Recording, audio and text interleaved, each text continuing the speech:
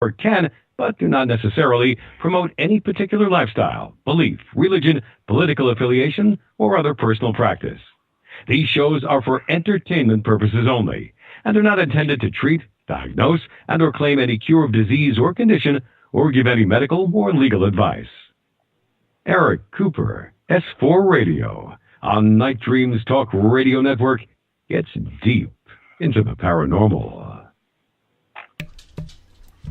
Good evening or morning, depending where you are, and welcome to S4, the voice of Forest Moon Paranormal, coming to you live from FMP headquarters in the heart of the Cascade Mountains in Concrete, Washington. FMP is a highly active emergency response team for all aspects of the paranormal, from aggressive hauntings to alien interaction, Bigfoot and other cryptids, and everything in between that's terrifying. S4 is the voice where we discuss these things in detail. Not only can you find S4 right here on Night Dreams Talk Radio, but for our local listeners, also on KSVU 90.1 FM from 10 to 12 p.m. Saturdays with pre-recorded shows. So, folks, tonight, it's the night, the March already. We're talking children and the paranormal. When is it overactive imagination, and when is it paranormal? And we'll discuss a few other topics about children involving paranormal issues. So tonight with us, we have Cole Wegleitner, our FMP lore and culture research specialist and owner of Statement of Sound DJ Services. Francie Miller, our FMP therapist. We're going to be working on getting Chris Dodge and Dred Osborne, our extended care team, in, and Haley, our peer support team. Brent Dodge, our astral team, and Michael Hall, our paranormal lawyer and leader of UFOI team. So, Francie, while I'm working on getting the rest of the team here in, could you go ahead and tell us a little bit about your background as far as the psychiatric field goes? Sure. I have training in, well, I've got a undergrad degree in psychology, and then I've got a master's degree in mental health counseling, and I have been working in the psychiatric field for, well, probably 25 years or so. And I switched over later in my career to more legal kinds of stuff, but I worked in inpatient psych units, and I did outpatient work. I've got a big, long history of like working with crisis intervention and that kind of thing. And I've got we're talking about kids. That's not my really area of expertise, so I did some research. Well, you know, psychiatric to me is psychiatric. I mean, yes, there are different kids' issues, but when it comes to the paranormal, you're dealing with, other than the fact that the kids are more open, I think you're dealing with a lot of a lot of similar areas. Mhm. I think so too. Yeah, I think you're right. I think though I think it's important to think about the kids' developmental. You know, there was a researcher and a psychology person called Piaget. He was the one that did all of the developmental levels, and that was the basis of the Montessori program. They used his work. He talked about, you know, the level of their development and what they're capable of, and I think, you know, when we're talking about kids, we want to, you know, take that into consideration.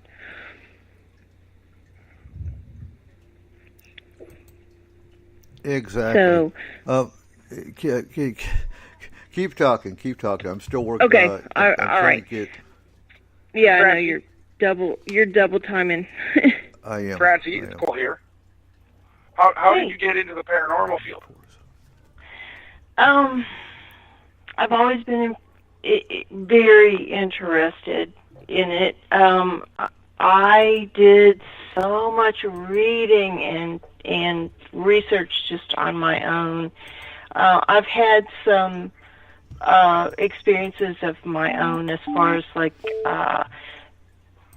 ghosts. I lived in a haunted house at one point.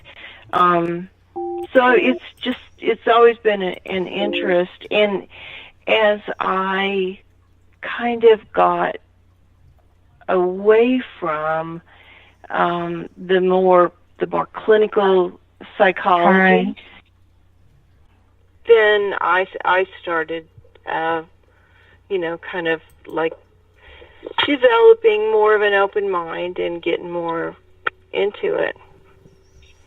Okay.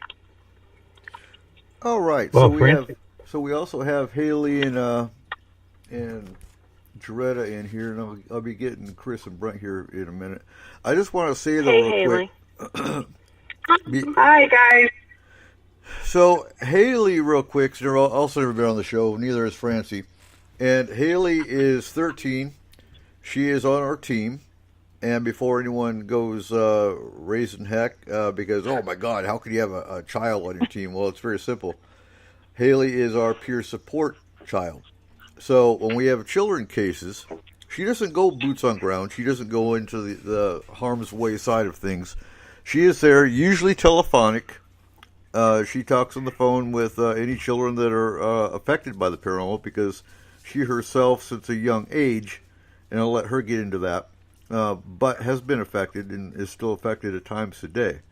So she is a huge asset to what we do, especially when it comes to children that are affected by the paranormal.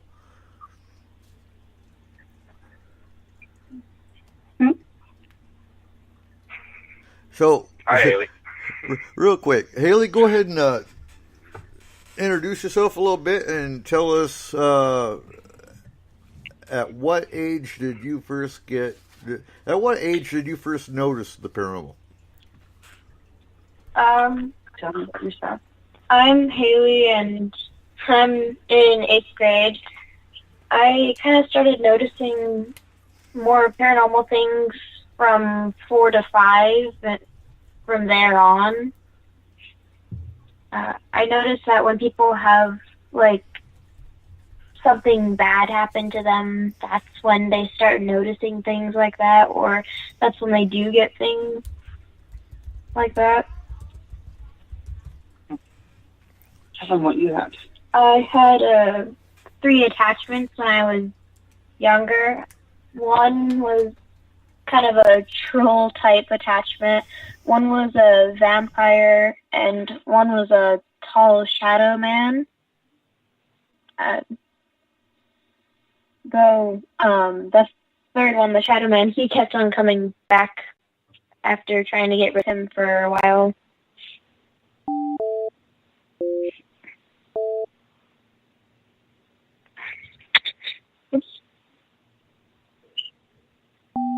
Eric, you still here? Oh, Yes, I am. Anyone got questions?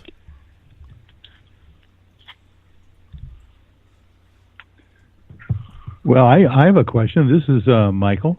And hi, Francie. I haven't talked with you yet on the show, but I would really be interested to see how a psychologist dealt with a haunted house when you were living there. You might want to tell us about some of those stories. Well, that happened a long time ago when I was just newly married. We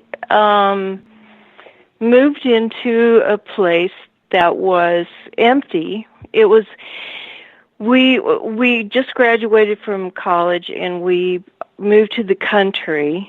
We were gonna go back to the land. That was a long time ago, and so we moved into this house, and it had been just sitting empty, and we talked the owner into letting us move into it. So we moved into it, and my husband had to go for training, so he had to leave and stay in a motel, in another town. And so I was there all by myself, and I had just started a job at the local drugstore. I was a cashier.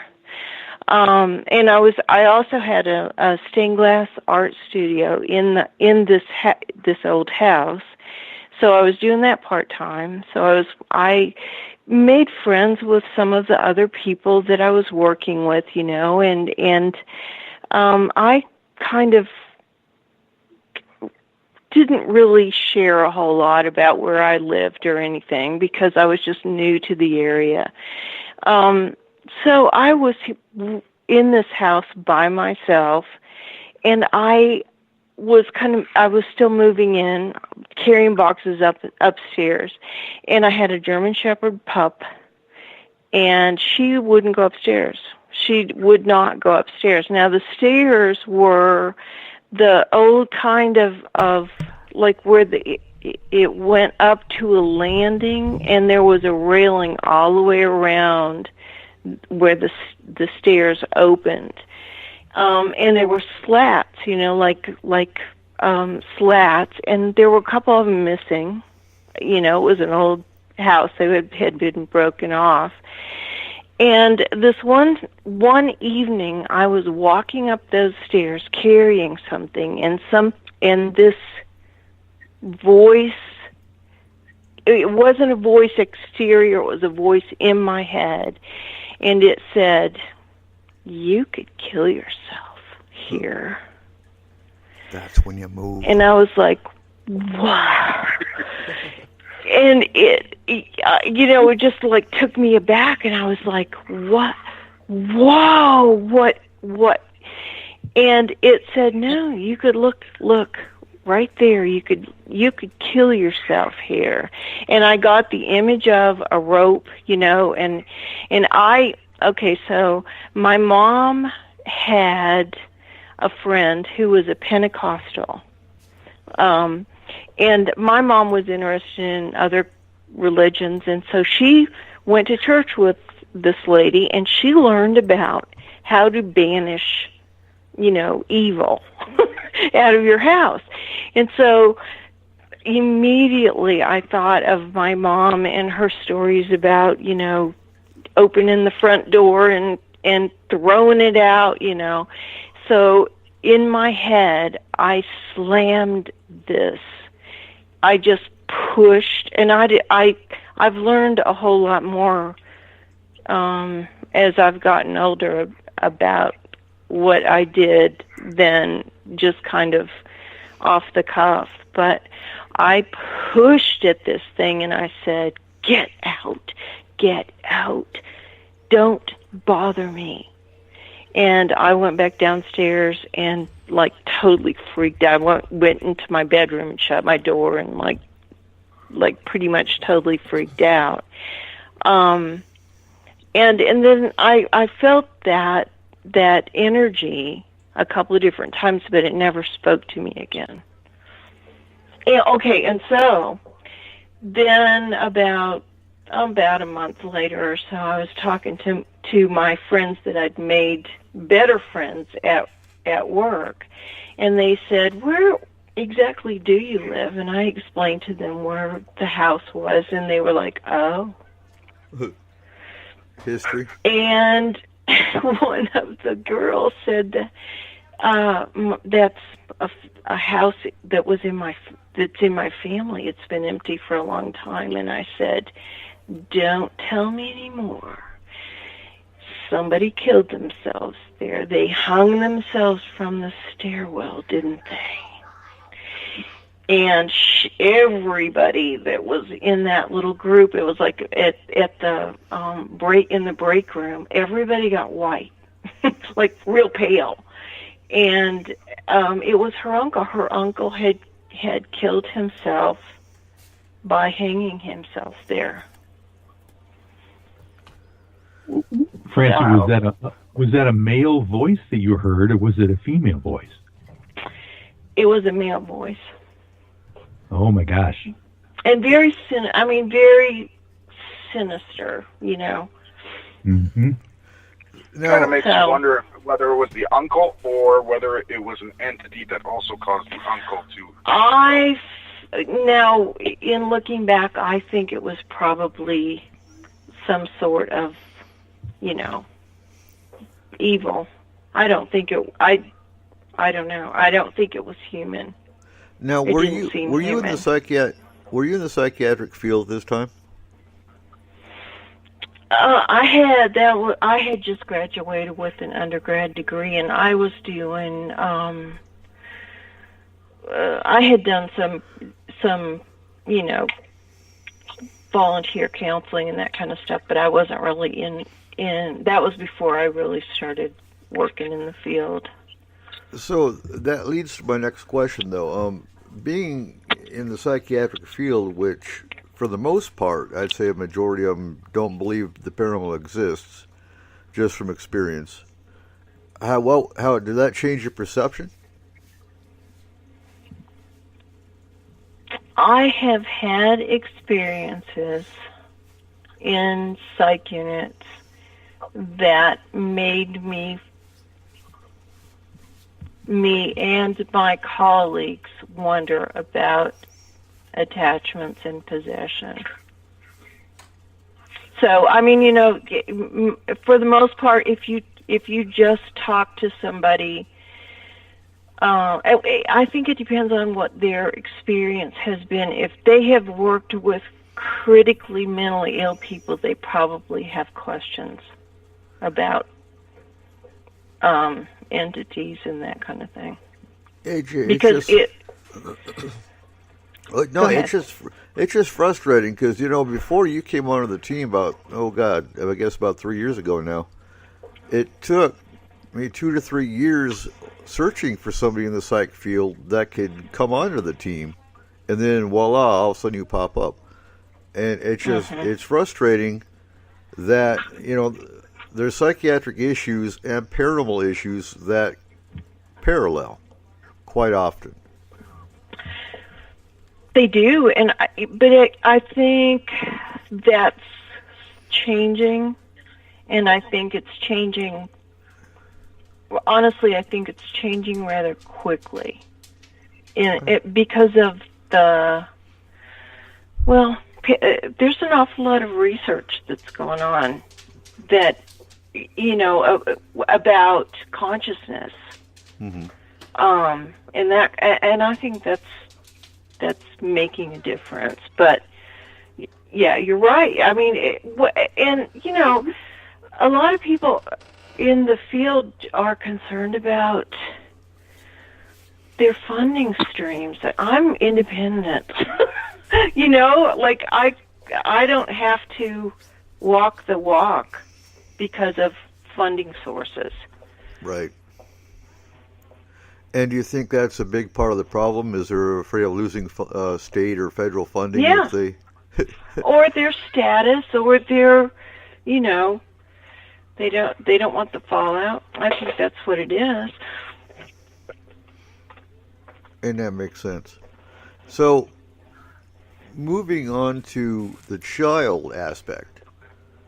You cut out just a second ago. What was that? What aspect? The child aspect. Moving on to children. Right. Children are, I believe, the most vulnerable. So, coming from that aspect, how, as someone in the psych field, what would you tell parents to look for as far as, and I've got an answer as well, I want to hear your perspective. What would you tell parents how to differentiate between an overactive imagination and something is really going on?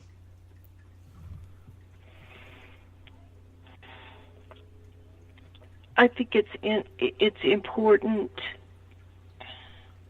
Like I said earlier, I think it's important to understand what the level of ability of a child is. So, from birth to 2, they hardly know where they end and the rest of the world begins.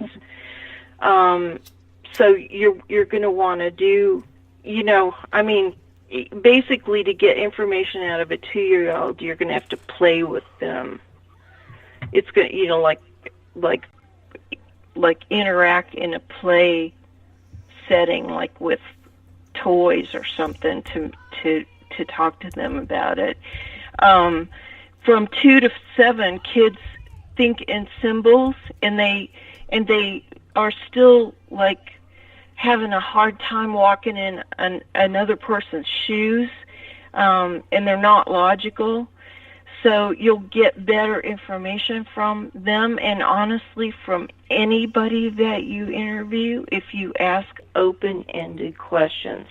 Like not yes and no questions, but can you tell me about blah, blah, blah, and then let them talk in a narrative. You're going to get way better information from any child by listening to them. So I think what I'm trying to say is it's important how they're interviewed, that they're not led with, concepts and stuff, that you listen to what they say. And honestly, you're going to get the best information from the first interview, not the 10th time that they've talked to somebody about it, because by that time other people's reactions may have colored the way that they tell their story. And so I've actually got like 10 points that's written down specifically for parents from the FMP. And number one, you hit on the head, is one, pay attention to details children say. The other thing we look at from our perspective is if a child has been sleeping in the room, they're 3-4 years old, they've been sleeping in the same room for the last 3-4 years, since I was an infant, and all of a sudden they're talking about a description of something they're seeing, and they will not go back in that room. They're terrified. That's the first red flag. Yeah, and I was gonna. That's good, because another question that I would say is, when this happened, how did it make you feel? Right. Look for an emotion. Mm-hmm. Now, Haley. If they're old enough to identify an emotion. Exactly. Haley, you still with us? Yeah, I'm still here. So what would you tell a parent to look for in a child from your perspective? If in a child or... What would you look for if they had an attachment? Personally, what I would look for, if they were telling people stories, I'd watch the details, and like if they're telling the same story each time, then it could be a possibility that they have an attachment. And if they're acting weird around specific areas, like say there's a living room connected to a kitchen and a playroom, if they won't go into one of the rooms, or they take another way around to one of the rooms instead of just walking through it, then maybe there's something there. And just overall, like how they've been acting. If they're usually a happy and playful child and their emotions just all of a sudden change to not wanting to be around anybody and being fussy all the time, then it could be something too. Good. How do you think, so YouTube's a big deal today for a lot of kids. Oh, goodness. Video games, things of that nature, watching people play video games, at least with my kids on YouTube. How do you think that affects kids and their imagination? Well, if a kid were to be watching somebody else do things instead of them doing it themselves, like crafts maybe, then they don't have as much imagination to be able to go out and like do their own things and make their own ideas of what they should be doing, but instead they're following in the path of what they see somebody else doing. Well, in our case, we don't let our kids play video games because they're too young. So I don't think that's the imagination issue. They'd love to be playing video games, but we won't let them. Francie, from the psych side of it, do you think watching YouTube videos, do you think TV and media plays a part in kids and talking about paranormal?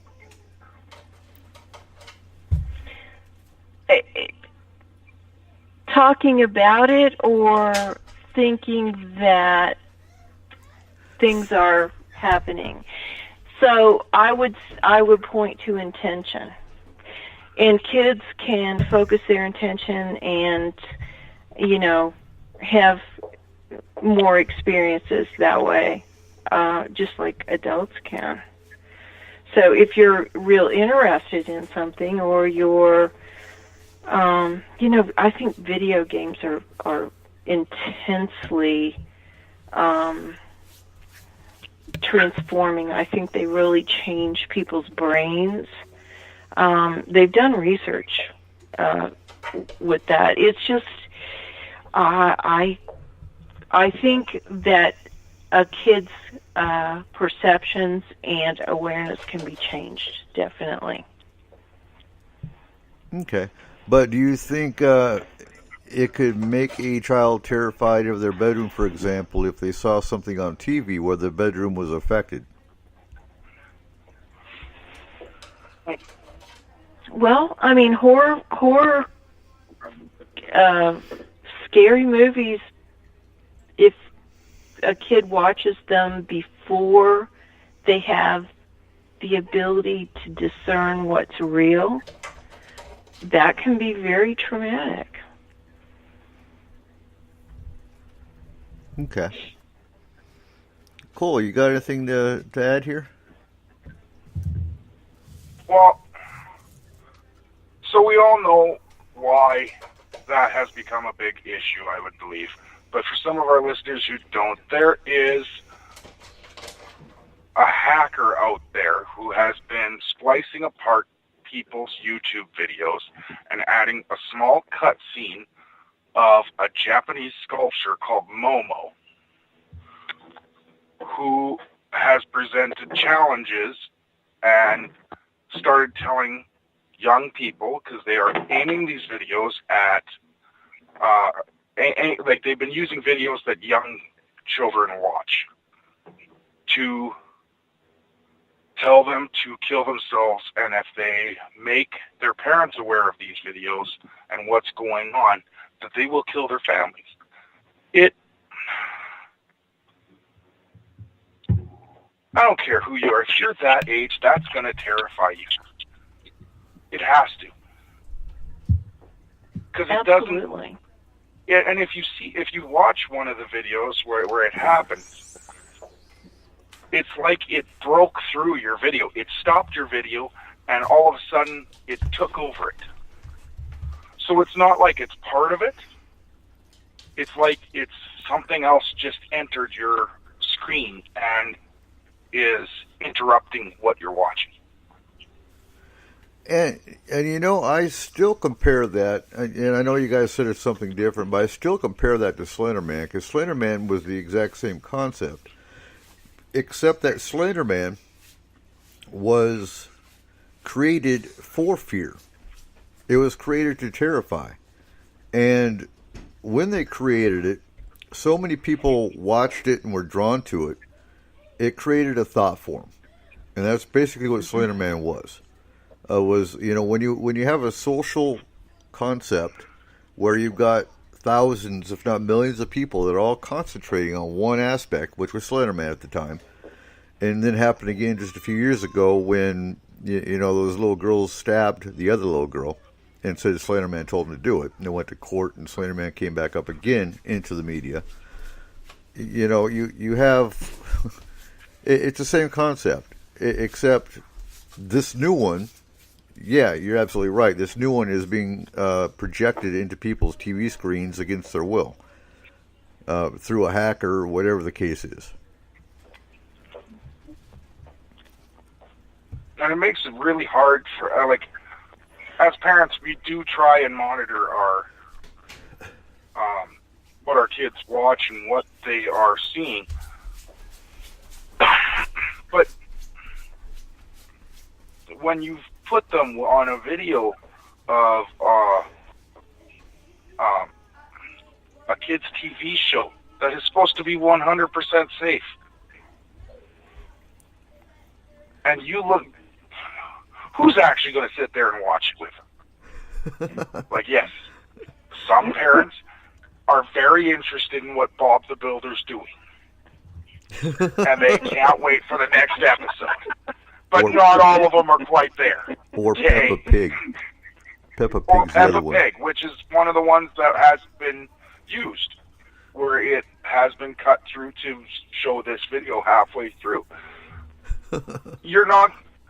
Yes, you do monitor what your kids are watching, but that is a show that you are expecting to be safe. It'd be just like if you were watching it on the television itself, on cable network or satellite. It is supposed to be the same thing. These are supposed to be safe sites and safe videos that these kids are watching. We can't keep blaming the parents. We have to actually go after the person who made this happen. Why do they do this? What's the payoff for disrupting children like this? Psychotic happiness. Recognition. Yeah. Yeah. Look what I did. Look what I did. Like, Francie, I don't know if you know about this, but like, so a few months ago, a year ago maybe, there was a group called Anonymous who was hacking every major company, like every video game company, all them like Xbox and PlayStation, they all got hacked to the point where when you were in the middle of playing a game, it would shut down and everything's gone. Oh. The games no longer worked. It was a major disruption for these companies. But these hackers didn't actually get anything out of it other than, look what we did. Yeah. And I think in some cases it was notoriety. You know, I'm the hacker that did blah. And, you know, when you look at it from the monetary side of it, you did this and you caused fear and terror. You know, looking at it from the Homeland Security aspect, you can go to a terrorist organization and say, yeah, you guys want to inflict some kind of panic. I'm the one who did this. You know, looking at I'm just looking, I'm probably reading into it too much, but that's what I look at when I see things like that. Yeah, it's their cred. And, yeah, and look how many people, you know, that's a sociopath. Look how many people I caused to commit suicide. Because isn't it the same one that tells kids to drink bleach, Cole? Yes, it is. Yeah. Yeah. Oh, geez. Yeah, this. So there's ones that tell you just to like do challenges of drinking bleach and different other cleaners in your house. There is a full set of things that tell you to. It's a full challenge where over a certain amount of days you cut yourself in inconspicuous places, and you're actually supposed to. Oh my gosh. Take a picture of it with the device that you're on and send it in the comment section of the YouTube video. Yep. Yeah, it's a sociopath creating this, and again, it comes down to cred. And yeah, look how many kids I've damaged is what it really boils down to. And you know, these are things that parents may not be aware of, and if their kids are talking about something horrific, it's not always paranormal. It could be something they saw on YouTube, like this. Yep. You know, and again, things parents need to communicate with their kids is a big part of it. And yeah, and absolutely. I'm not saying they shouldn't. I'm just saying, like, there's a lot of people on Facebook right now or different social media sites that are saying, pay attention to your kids. Well, that's not the whole issue. The parents shouldn't have to pay attention to what their kids are watching when they're putting on Peppa Pig. No. Okay? I agree. They should be able to trust that. The fact that whoever this person is able to do this in the first place and feels like he can get away with it, he or she can get away with it, sorry, that attitude is what we need to correct. Mm-hmm. Yeah. And it's kind of hard. I would say hold YouTube responsible, but at the same time, this is a hacker, so YouTube's probably not even aware of it. And it pops up in very innocent places. Like you said, Peppa Pig, Bob the Builder. You know, places a 5-year-old is going to be watching, you're not going to suspect. Well, okay, hold on. Not Bob the Builder, probably. Bob the Builder's been over for a while, because I was paying attention to that one. I was one of those parents. You were learning. True confessions. Just so you know, we can do it. I checked. Oh, okay. Well, I have to tell you, even I'm going to age myself, but when I was 5, and it was the end of the 60s, there used to be a soap opera on called Dark Shadows. Mm-hmm. And it had to do with vampires and a hand and, I don't know, werewolf and whatever else. And that really affected me watching it, but I watched it with my older sisters. But just, this is before internet and everything else. And that affected me to the point of where when I went to bed at night, I had to wrap my head in a blanket because I didn't want the vampire to bite me. TV, radio, any of that has a really big effect on our kids. This was in the 60s, for goodness sake. I used to run to my bed and yell for my mom to shut the light off because I had to have all the blankets tucked underneath me. I had to make sure nothing was under my bed. Yeah, it is pretty scary stuff. That was a creepy show. It was, and my sisters let me watch it with them. But I was the one that got tormented from the sisters all the time. So who remembers in the early 70s, I can't remember what cartoon it was. It wasn't really a cartoon. It was a kid show, though. And it was kind of like a female Robin Hood. And she would swing across on a tire swing. Oh, my gosh. So when I was 3, I was born in the 20/20 vision. And when I was 3, I still remember this to this day. But apparently I had a fever of 105. And it burnt the optic nerve in the back of my eyes to where I have glasses today. But I remember this hallucination. And I was in my bed and I could see that character. I can't remember her name. I can't remember the TV show it was. But she was swinging across my bedroom floor across crocodiles. And I got rushed to the emergency room. I was 3.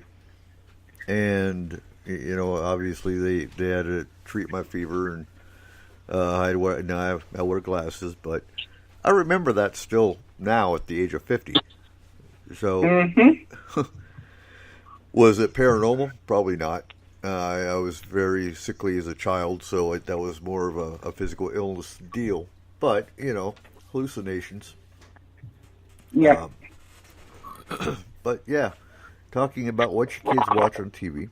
It wasn't the TV show that horrified me, but it was a part of that hallucination at the age of 3. Now, Michael. Well, go ahead. Kids don't differentiate between what's real and what is on television at that age. They don't know that it's separate, that it's different. Mm-hmm.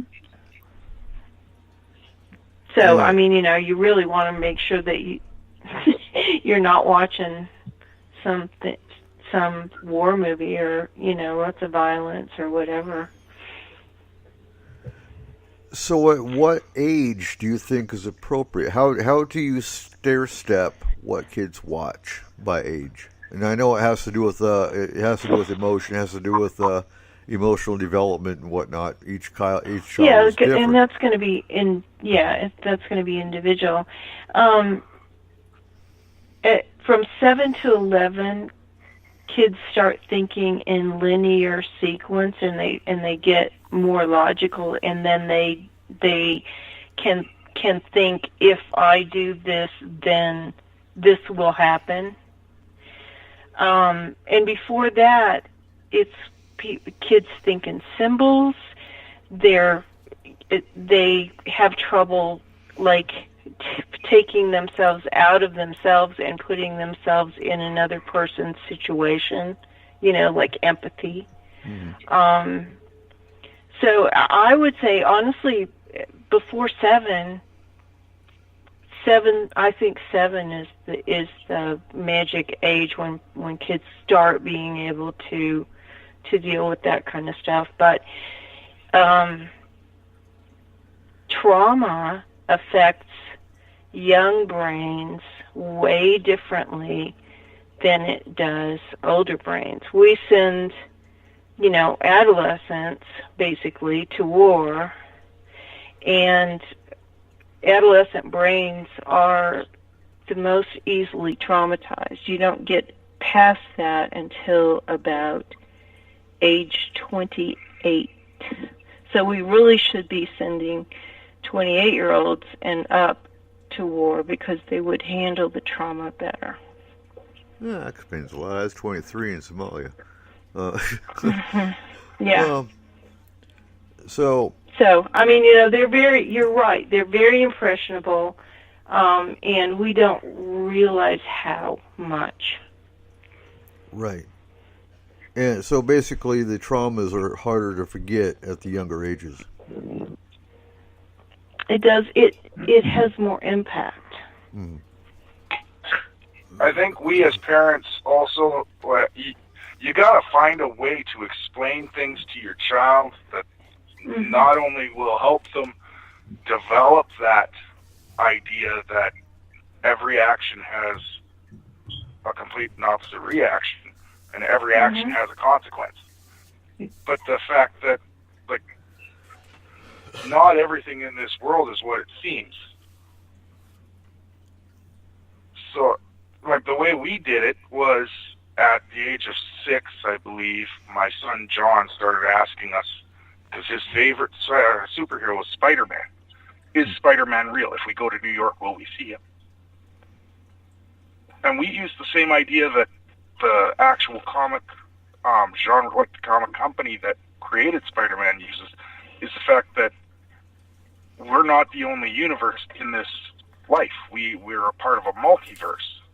And he is not really in our universe, but he is in his own universe where there is everything like us, but Spider-Man is in that one. That's good.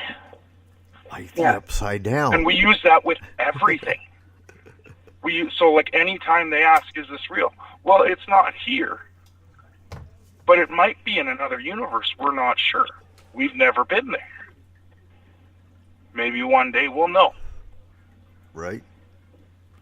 So it doesn't set in stone that yes, it's real, no, it's not real, but it does set in stone that, hey, it could be. There are possibilities beyond our understanding yet. It doesn't squelch the imagination. That's right. It keeps their mind open to the possibility of anything is possible, but you're safe because it's not real here. Oh, wait. We've got to give a real quick shout-out.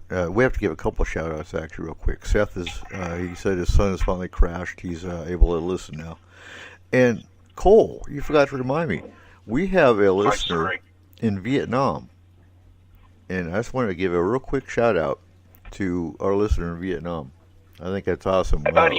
We're actually going to countries that I never imagined we'd go to. How exciting.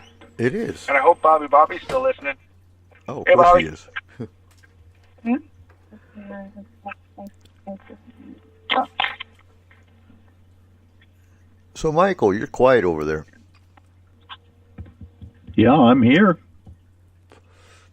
So, let's talk about UFOs for a second. How do you think UFOs impact kids? Oh my goodness! Has there been a long history of the idea that potentially the abduction scenario and the visitations and those kinds of aspects of ufology have been going on in people's lives ever since they've been children and toddlers and babies. So that is a very good. Here's the interesting thing that I've heard, of course, is that if, for instance, a baby or a young toddler has an experience with an entity, an alien, something extraterrestrial, they have this capability, supposedly, of appearing to the child in a form that the child is not necessarily afraid of.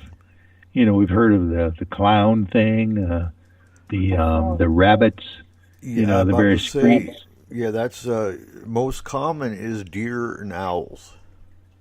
Yeah, with the big eyes, kind of a thing. They can't hide the eyes. So that is exactly an interesting thing in the fact that it's the opposite of the horror shock thing. But the underlying trauma, I believe, probably is still there, because when you regress some of these contactees or experiencers, they might be very well freaked out by the fact that this thing that they saw as a child that they thought was a playful entity or something was maybe something different than what they thought. So that is a fascinating subject all in itself. And that's the thing. As they grow older and start to realize that those really weren't deer and owls, they start to get scared of the deer and owls because they don't know if it's an alien or if it's a deer or an owl.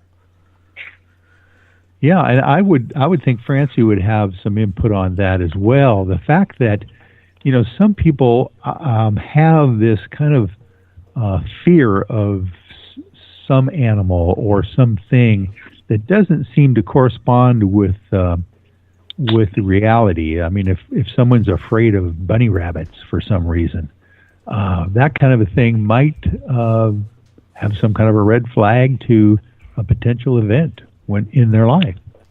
I think you're right. Entirely possible, but I would also add it could be a past life, some residual from a past life kind of thing also.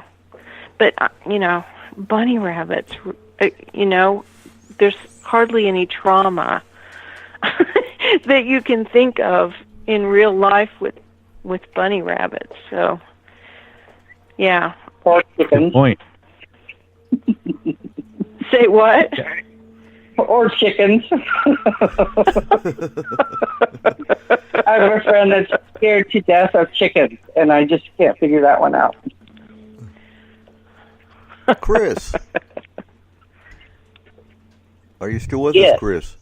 So I'm just listening. So, dealing with the cases we deal with, what's your thoughts on children in paranormal? So many thoughts. Well, from the extended care. So with extended care, usually we can't work directly with the kids. We usually teach the parents how to ground and shield, and they relay it to their kids because they can work with them the most or the easiest. And that's where Haley comes in. But what is your input as far as from the extended care side of this team working with kids?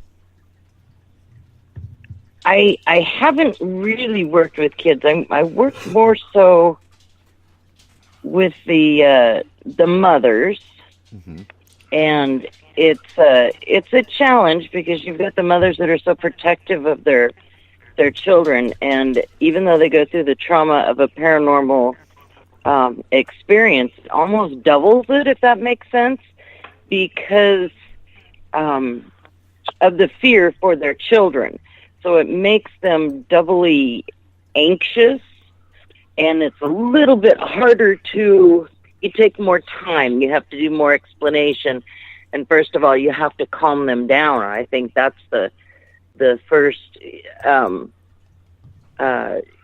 issue that you have to get over, that as myself as an EC rep, to get them over or to get them to deal with is the fear, because it's not only for themselves as the mother, but their fear for their child doubles it.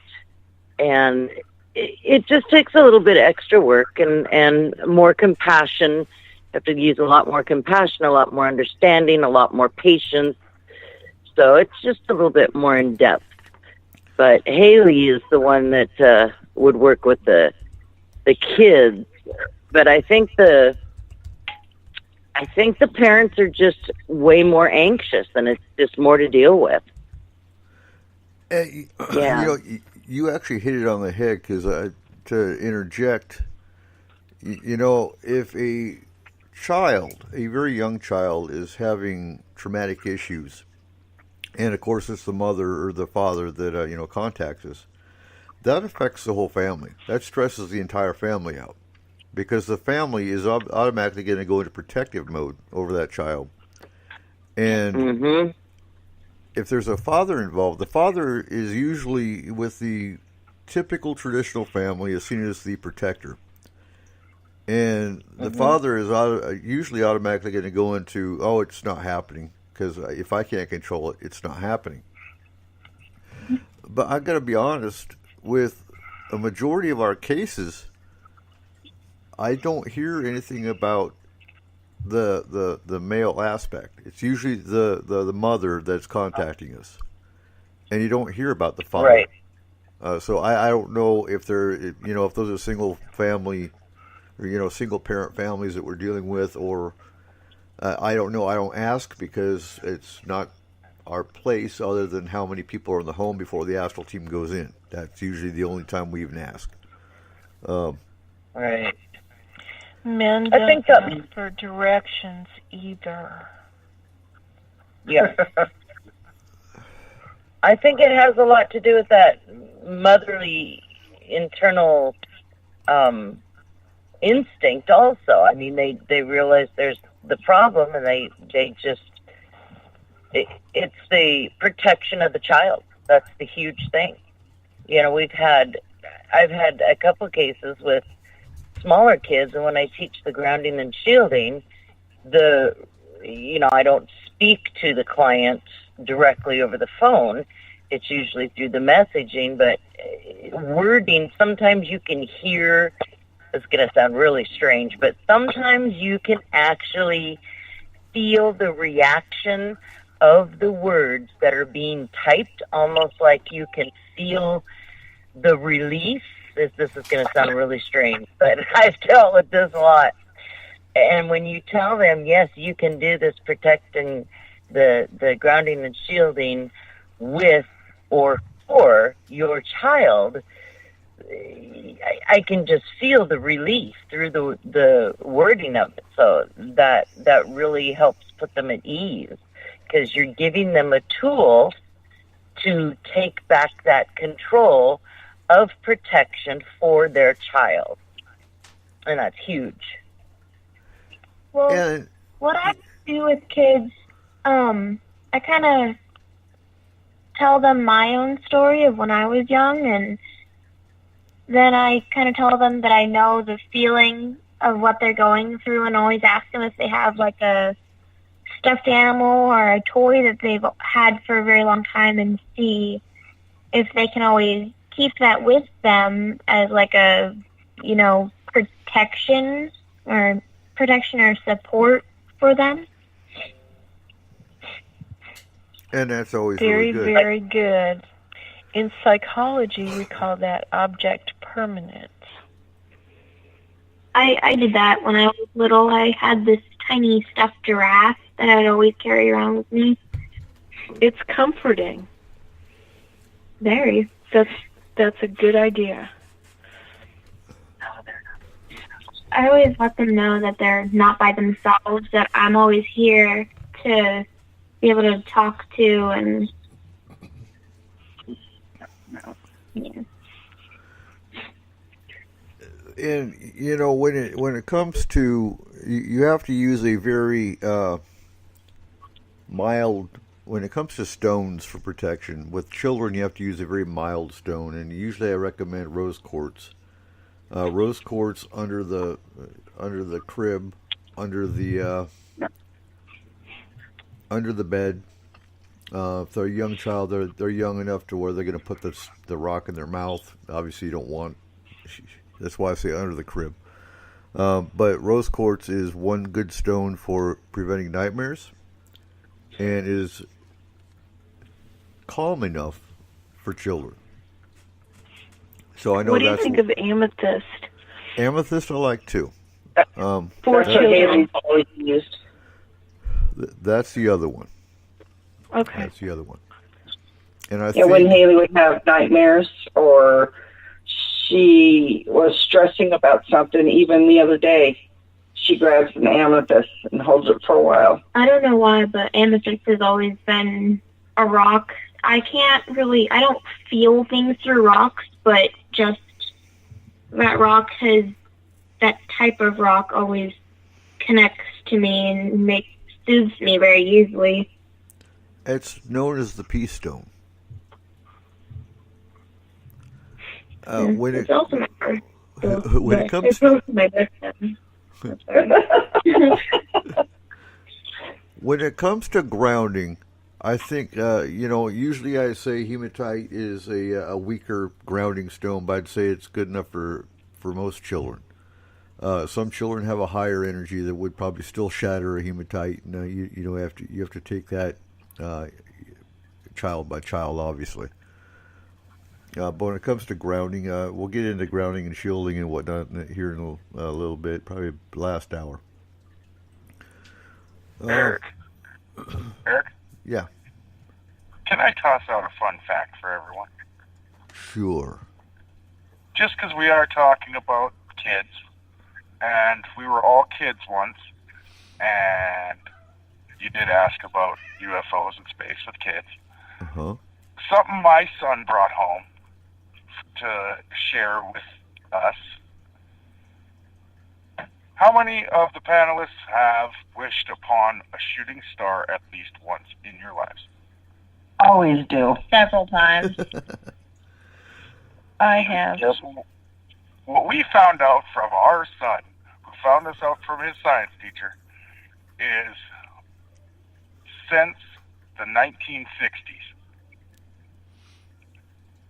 at least one in every shooting star that happens per year is not a shooting star. And since we put the ISS into space, that number has grown to once a week.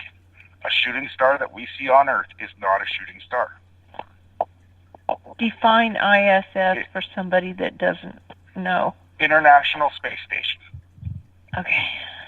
So since that has been in orbit, the shooting stars that we're seeing, some of them are not shooting stars. They are astronaut poop.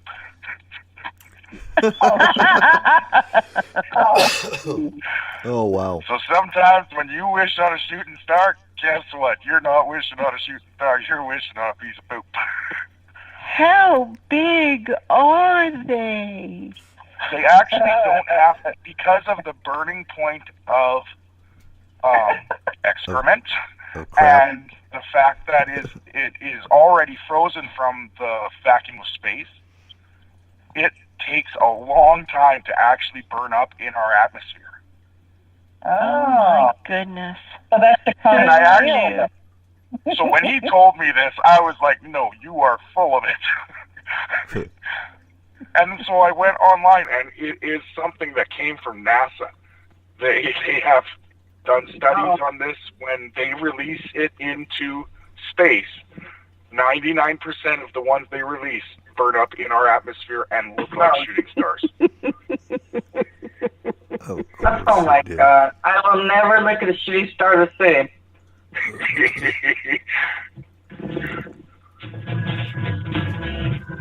2-minute break, guys.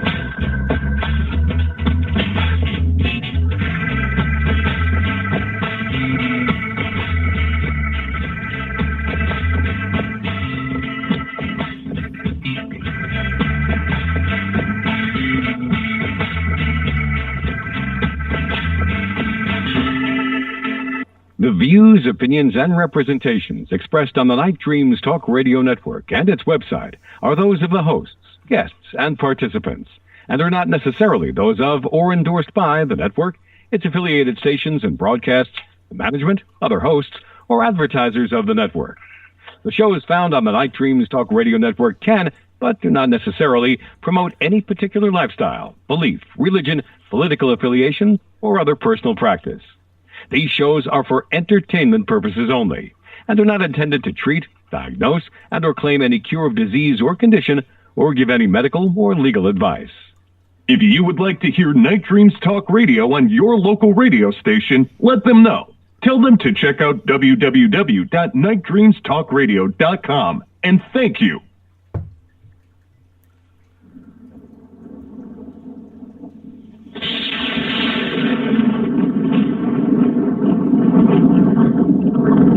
Eric Cooper, S4 Radio, on Night Dreams Talk Radio Network, gets deep into the paranormal.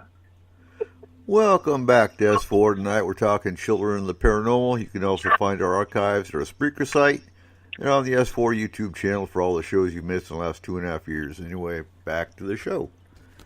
So where were we?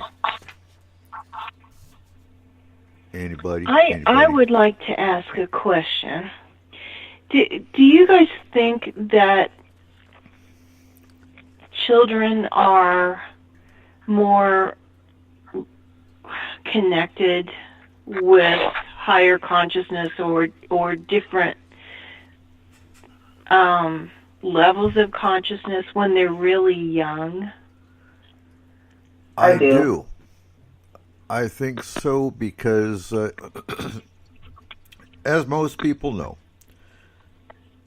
when you're a child, you see the Fae until you reach a certain age. You reach a certain age, I believe that veil essentially goes over your eyes or your consciousness and you can't see it anymore. Some people, that never goes away. I think if you develop it, it won't go away if you're aware of it. Mm-hmm. Most people aren't aware of it. Now that brings up a couple issues. One, indigo children, I believe, are born and are aware that they are special from birth, and that never goes away until they are diagnosed with ADD or ADHD, which is common with indigo children. And they're put on Ritalin. Ritalin takes that gift away. Yep. Two, where were I going with this? Oh, come on. That thought's slipping away. But indigo children, and I think past lives. I think past lives have to do with some of it. I think if you've all heard the news and the stories about the 3-year-old that comes out, never had a piano lesson in his life, and all of a sudden he's playing Bach or Beethoven. It's impossible. That seems like it's either happening more often or we're just more connected and hearing about it from, different places. But I've heard that so much recently that kids come in with prior knowledge of a life lived, and the parents do the research to look into the child's claims, and indeed there was a person that was living in this area that died of whatever they said they died of. I mean, it's crazy. Well, but you got to think also, the last couple generations, not the last couple, let's say, so the early, 1500s to 1900s, we were taught to, as a human race, to repress those type of claims. It was not considered okay to say, hey, I remember stuff I shouldn't. No, you're put Northern State. Yeah, you were taught that, this is your life now, this is the way you live, this is how you survive, get it to happen, make it happen. I think it's... Well, those memories that were given to a certain class or, maybe the priest or whatever to carry. I studied with the Hopis for quite a while, kind of shaman level stuff. And, they chose children early because they showed gift, they showed that they had gifts.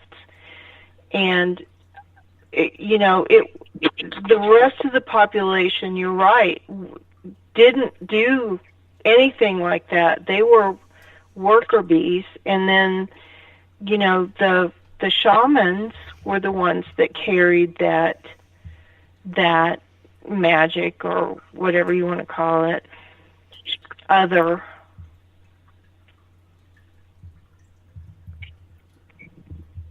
I think if everyone wanted to, they could try and remember that kind of stuff. Oh, yeah. At a young age. I mean, it's kind of like schooled out of us. Yeah. I think it depends on culture. I think it depends on the culture you were raised in. And I think even within the culture, it depends on how your parents brought you up. I think religion suppresses a lot. Yeah. Growing up, I was raised Assembly of God. I was taught there is no such thing as aliens. There's no such thing as UFOs. There's no such thing as spirits. Everything is a demon. I was taught that. I think religion suppresses a lot of kids. And I agree with you, Cole. The 15th to the 19th century, you were taught that there is no such thing as empathy. You can't be an empath. Psychics, they're just frauds. There's no such thing as a medium or a psychic. They're just crazy, and they need to be put in the psychiatric hospital. They were witches. Well, that too. And it's not just that. not even that far. Like it's the fact that for a lot of the lower classes, it was the fact that being an empath, being a psychic, that's not going to put food on your table. Working the ground will. Yeah. You don't have time for that. It was a luxury. That's right. And during those times, there was no time for luxuries for a lot of people. Some people there was, but most. Okay, and real quick, everyone say good night to Michael. He's got to leave us. He's got to get up early in the morning, so you sleep well, Michael. Bye, Michael. Good night, Mike. Bye, Michael. Bye. I think Francie, in response to your question about, do you think that children are more sensitive? That was pretty much the question that you had. One thing I've heard and I've run across quite a bit, and I have friends that have a lot of gifts, and I'm not saying that this is a for sure thing. This is just something that I've come across, information to me, my experience, that a lot of people when they are born, the ones that have had issues at birth are the ones that have the gifts. I've met and heard a lot of when the baby's born, if it stopped breathing for a few minutes, the child is born with gifts. I don't know how that happens or why, but I've come across it a lot. The old wives' tale, that just brings to mind the old thing about, being born with a call, the film over the face, and they have to lift it off, and those children are supposed to have psychic powers. Mm-hmm. And that's that's interesting. Mm-hmm. I have a friend just down the road that that happened with her daughter, and the daughter is, I think she's 8 or 9 now, and she talks to the passed over relatives like nothing, and tells her mom, I just was talking to grandma last night, or I saw grandma in the dreams, and it's just like a natural thing. And the mother asked me, she's like, Chris, how do I deal with this? What do I do? I said, don't react to it. Just ask her the questions, engage in the conversation, and don't freak her out about it. It's a gift. That's lovely. Yeah. This is the way I have been taught to respond to kind of weird things. Yes, and then you just go on with whatever your thought is. It's accepting, and then you just kind of go a different way. Yeah. And then they give you another pill. Yeah. And we go to happy places. No, coming from the Hey, whoa. That's not fair. Nobody's been sharing their happy pills with me. Come on, guys. But coming from the psych field, you know, I don't agree with Ritalin. I don't agree with giving children medication because, again, their behavior's not developed. Their brains aren't developed. How do you, I mean, what's your opinion about giving children medication? At what point is it a psychiatric issue, truly? And at what point, you know, are they just acting out and they just need, you know, correction, for example? If anybody knows how drugs are tested and released in this country now, not like in years past, but now, they don't test, they're testing the pharmaceuticals on the general population. They're just releasing stuff to make money. So I am very hesitant to do any kind of pharmaceuticals. How I would, and this is something that I've learned in the last couple of years. There's a chiropractor here in my area who works with neurodevelopmental reconditioning for children.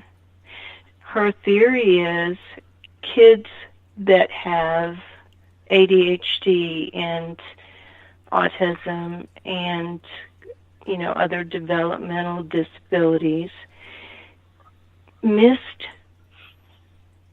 crucial developmental, neurological development. Like, you know, you're supposed to crawl before you walk. You're supposed to pull up before you crawl. You know, all of those transitional things. So what she has done is she has created games, like physical games, that they run the kids through their paces, basically, to restructure the brain. And she has had so many amazing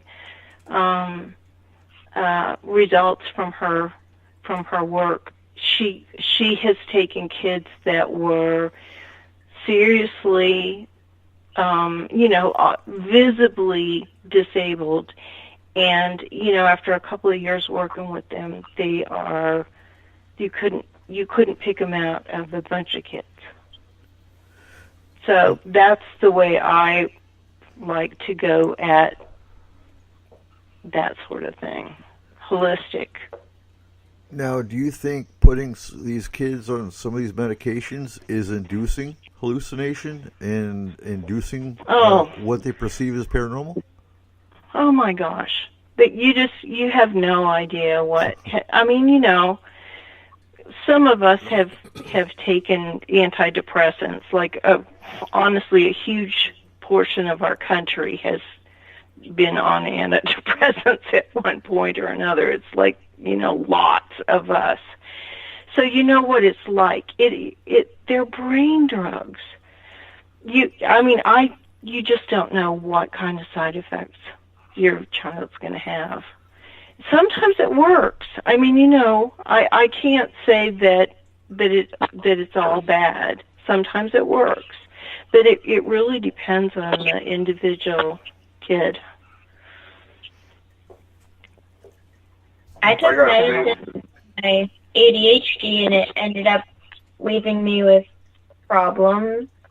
I was supposed to be able to zone in, but I'd zone in to the point where I wasn't actually listening or paying attention. I was far past the point. I was, instead of zoning in what we were talking about, I was zoning in on my own thoughts. I was like a zombie, and it kind of led me to not eating as much as I used to also as a side effect after stopping the medicine. Yeah.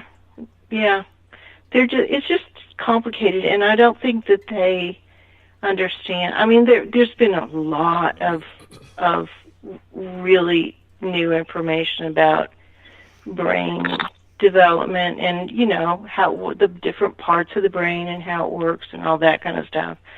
I mean, I've been in the field long enough to I remember drooly drugs. You know, Thorazine was the drug back when I started. That was it. You know, it was either Thorazine or speed. Those were your two options back when I started in psychiatry and psychology. But you know what? One thing that go ahead.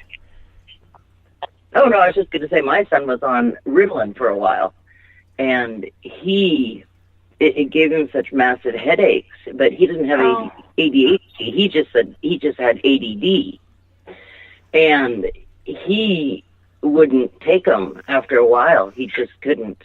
It made him feel worse. And again, to support the holistic ways, they say that, you know, even diet change, that there's foods that will help, and that I've seen that is very true. You can control the ADD with just plain diet, and that works too. Yeah. We were told to put our son on Ritalin when 2-3 years ago, and we refused. So I'm curious, Francie, what's the difference between ADD and ADHD? An H. Well, I'm aware of that. The H is hyperactivity. It's hyperactivity. The H is hyperactivity. ADD is just a non-concentration. It's attention deficit disorder, which is inability to concentrate, hyper vigilant. And ADHD is attention deficit hyperactivity, which adds a physical component. So the person is also, kind of frantic in their motions. So it makes me think they had PTSD in a past life. You brought it with you? Huh?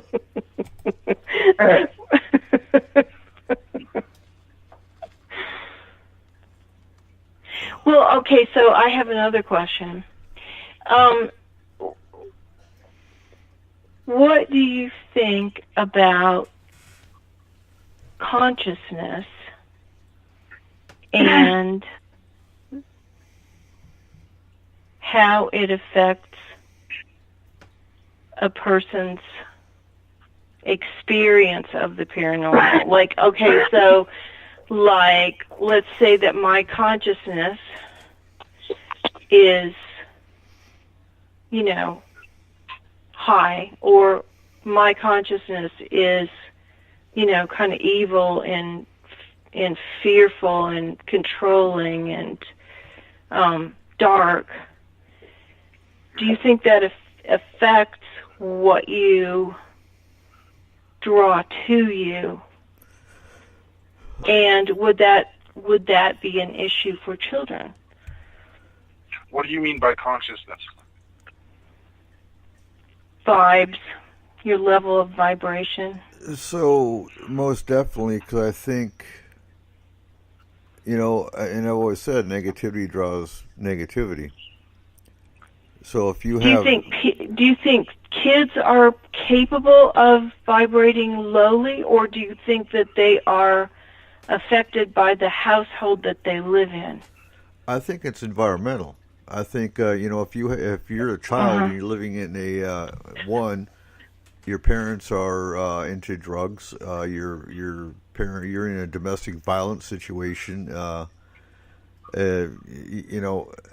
not going to go as far as to say your parents are watching horror movies all the time, but because I don't think that has anything really to do with it. But I do think, I think your environment has a lot to do with the lower vibrations and the negative energy that pulls, maybe not spirits, because I think spirits are just drawn to, one, their former homes, two, wherever they were stuck, three, if they see you as a child as an open channel and they only want to communicate. There's many different variables that can be affected when it comes to children. I think children being that open channel because they're so open as they're developing, or if they were born with gifts that they don't know about yet, or the parents don't know about yet, I think that's a big draw. Look at the movie Sixth Sense, perfect example. I think that plays a big part. We haven't, going by our cases, we haven't seen any kind of a pattern. I don't know what the pattern is. So far, it seems to be mostly environmental as far as the spirits that were in the house weren't drawn to the children per se, but that was either their former house, and the children were the only ones seeing this. And, when it comes to malevolent entities, they feed off the fear. So they create terror in the child, and they feed off that fear. And that just makes them stronger. Yeah. I think another thing... Go ahead, Chris. I think another thing that adds to it is society. Society has a huge role in a lot of aspects in life. This paranormal isn't as... A lot of people don't accept it. And again, that brings back to religion. It brings back to parenting, if the parents believe or not. But society seems to have a control on a lot of things. And going back again to birth, if there is a child that did stop breathing and has a gift, it's not completely accepted by society again. So it's going to turn that into a negative situation. No, you don't have a gift. No, it's not ghosts. No, you're not speaking to spirits that are passed on because it's not accepted. If that makes sense. Yes, it's true. There are things out there. Some people just don't believe in it. So society has a huge impact on everything. It's emotional status of a lot of people. Look at the bullying. That's caused by a lot of society things going on. I think it has an impact on a lot of stuff. And that's very unfortunate because, as we all know, it's the loudest majority or the loudest minority in some cases that gets to dictate what society tells parents of how to raise their kids. And that's not always a good thing. No. Looking at my childhood, for example, everything's demons. No, it's really not. And not only did they say everything's demons, but then, they don't know how to remove the quote unquote demons, and well, there you go. The Pentecostals throw them out the front door. Yeah. And there's so much negativity in the world. There's so much, and it's I give 150% kudos to parents that are raising kids now that are going through the school system. My son is older, but I would not would not want to have to raise a child this day and age, just because, again, society, different views, the world, the thoughts, mentality is changing so much that I am actually glad I don't have to go through it right now. Well, I'm glad I'm kind of done with it. But it's also, I won't say it's exciting, but it is exciting in a sense because, yes, there is a lot of negativity. But with technological advancements, you get information a lot faster, a lot more information. Look at the kids of FMP. And we're going to talk about FMP Junior a little bit. Just basically what we're planning. It's going to be in test phases for about the first year. But I think it's a step in the right direction because what's going to happen? So Anthony, our 7-year-old, Daddy, when you die, I get to take over FMP. And, and he's right. And I'm not going to die for another 50 years, but again, well, he's absolutely depends right. on how quick he wants to take over. But no, he's absolutely But your right. kids... And it's our job to raise our kids, especially being open to the paranormal. Whether it's UFO, whether it's alien, whether it's Bigfoot, whether it's spirit. We got to raise them right. Which is why we're doing the FMP Junior, because we're going to catch ridicule. We will. Well, how dare you teach kids about Bigfoot? How dare you teach? You know what? Don't tell me how we're going to teach our kids. It's not your place. Yep. It's not your job. Society will try to do it. Yep. But they will. Yep. It's just like as soon as people found out Haley was on our team. Oh my God! You've got a 13-year-old on your team. What are you thinking? Well, you know what? Before I could even finish about Haley's role on the team, that she does not go into clients' homes, she does not go into dangerous areas, people left. It's like, oh, bye-bye. Don't let me explain then. Haley plays a very important role on the team when it comes to, dealing with the kids that are affected by the paranormal. But they don't want to hear that. I'd encourage anyone that's listening that has their own team to consider that. But again, a good majority of the teams out there are only there for evidence, and they don't deal with clients. Or if they do, their clients wind up coming here for help because those kind of teams aren't there to help them. They're only there to get the EVP in the picture. That's it. They're not as in depth as we. They don't go as in depth as we go. No. They're showboaters. And Francie, don't you think that a lot of it is fear? I mean, people don't accept the paranormal because I like that phrase is that you're always afraid of the unknown. And if people can't figure it out and they don't understand it, then it's fear of it. Yeah. They just don't want to go there. I mean, and honestly, there's always going to be a certain percentage of people that just don't get it, aren't interested. Thank you very much, like we were talking earlier.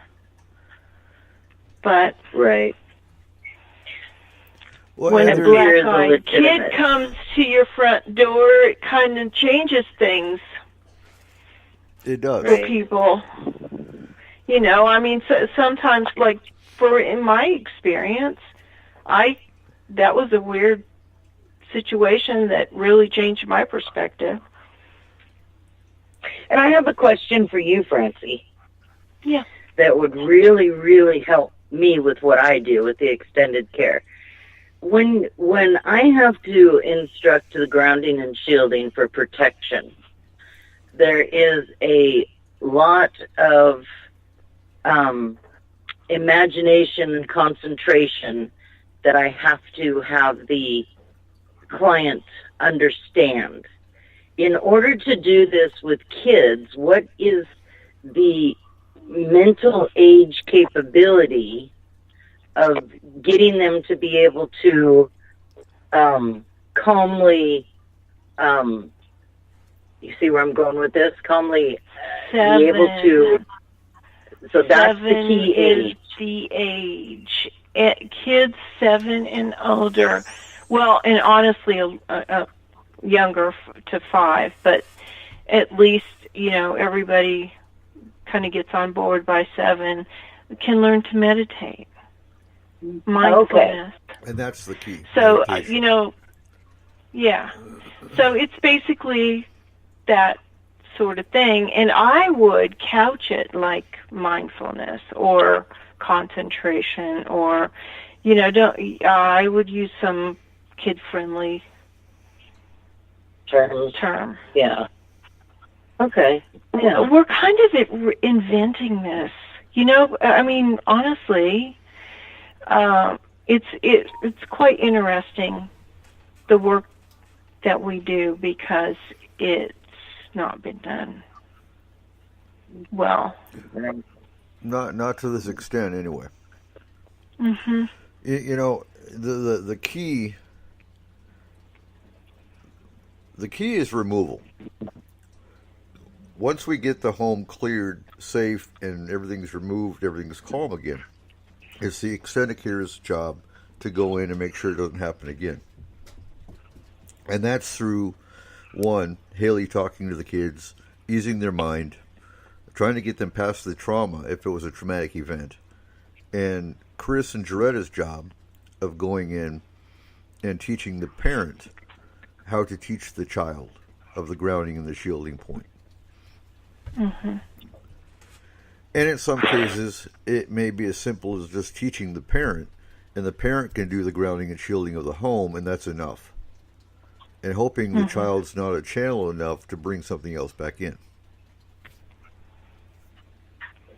That's the trick.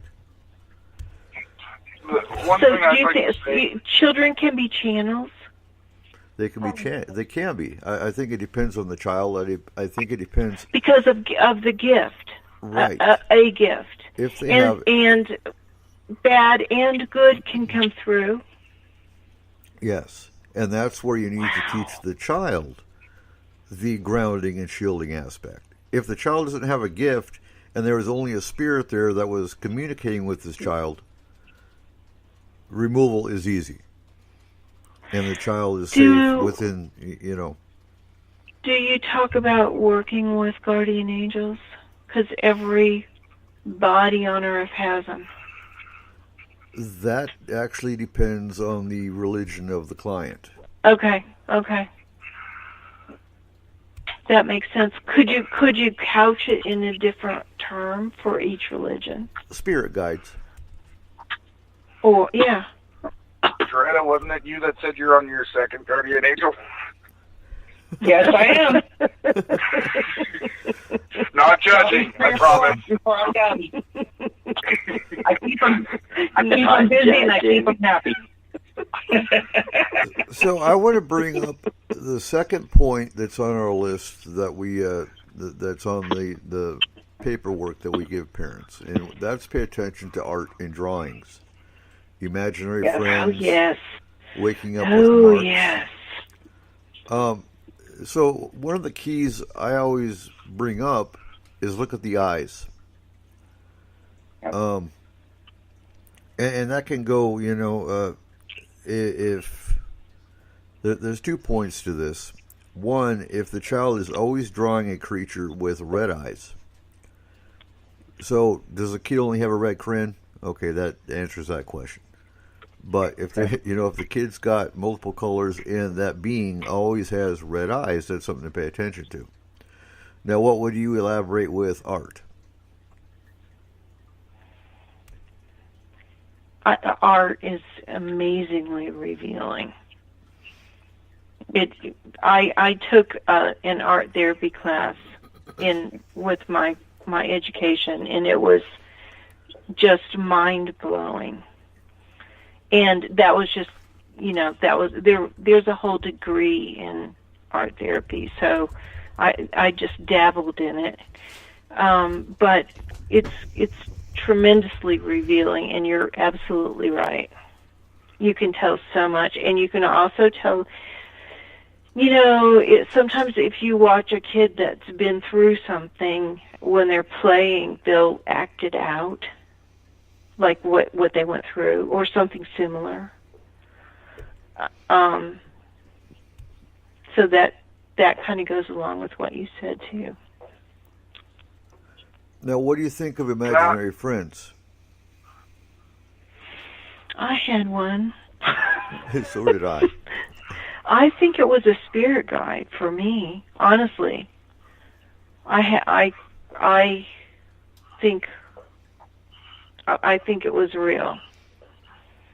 See, I had one, but I hated that. Yeah. Can I just say quick? Go ahead. Don't, for anyone listening, pay attention to it. But at the same time, make sure you don't discourage it at the same time. My parents, this was a long time ago, my parents dealt with it by setting a place for him at the table. Well, that's cool. So, I mean, it was, he was just part of the fam. And, Yep. I can't remember his name. And my mom's long gone, so there's nobody to ask. Well, Francie, remember I spoke with you about my son Ryan, who is a special needs adult. And wow, what an eye opener, because I did the same thing for Ryan. I would, when he'd go to school, his imaginary friends that's how I just thought of them, would stay at home with me. And if he was having trouble, I would have him come to me so he could sleep. And when you put it in perspective as it's possibly his spirit guides that are with him, everything just clicked. Everything from when he was little, until the age he is now, which is over 30, it all made sense. Doretta, do you think that's often the case, and we just miss it because we don't put it together? I do, because, and again, it's really not acceptable in society for, this person is mentally ill, so it can't be real. But they're oftentimes more in tune with things than we are. Yes. Ryan, it was amazing. It really was amazing when I spoke with you, and to have that clarity after all these years of speaking to psychiatrists and doctors and specialists and whatnot. Oh. In a 30-minute conversation, it was like that light bulb went on, and I was like, oh my God, that is exactly what's been happening. In the Grange, a 30-minute conversation in the Grange. Yeah. But everything just made sense. It was so clear. That's cool. I'm glad. Yeah. Well, I had a few friends growing up that would have been special needs adults. Mm-hmm. Like not growing up, but like as a young adult, I guess I would call myself at that point.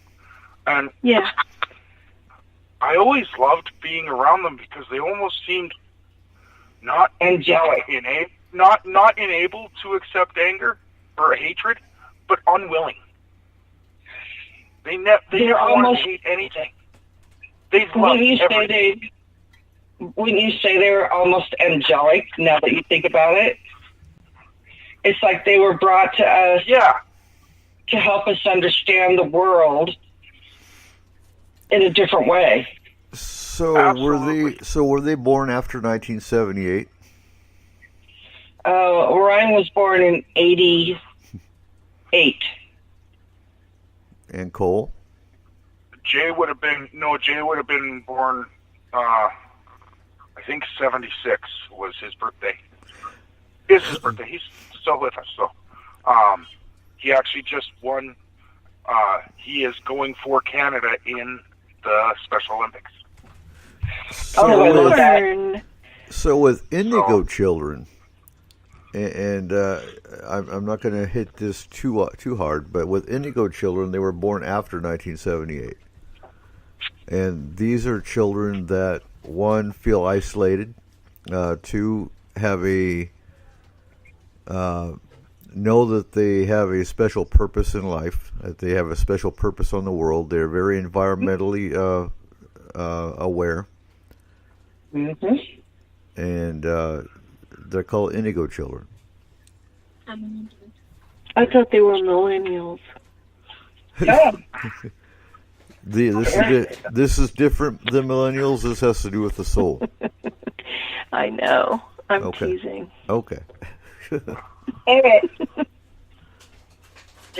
Eric.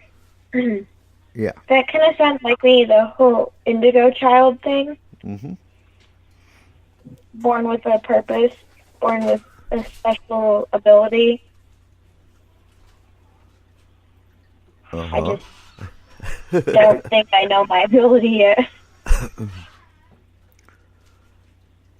Okay.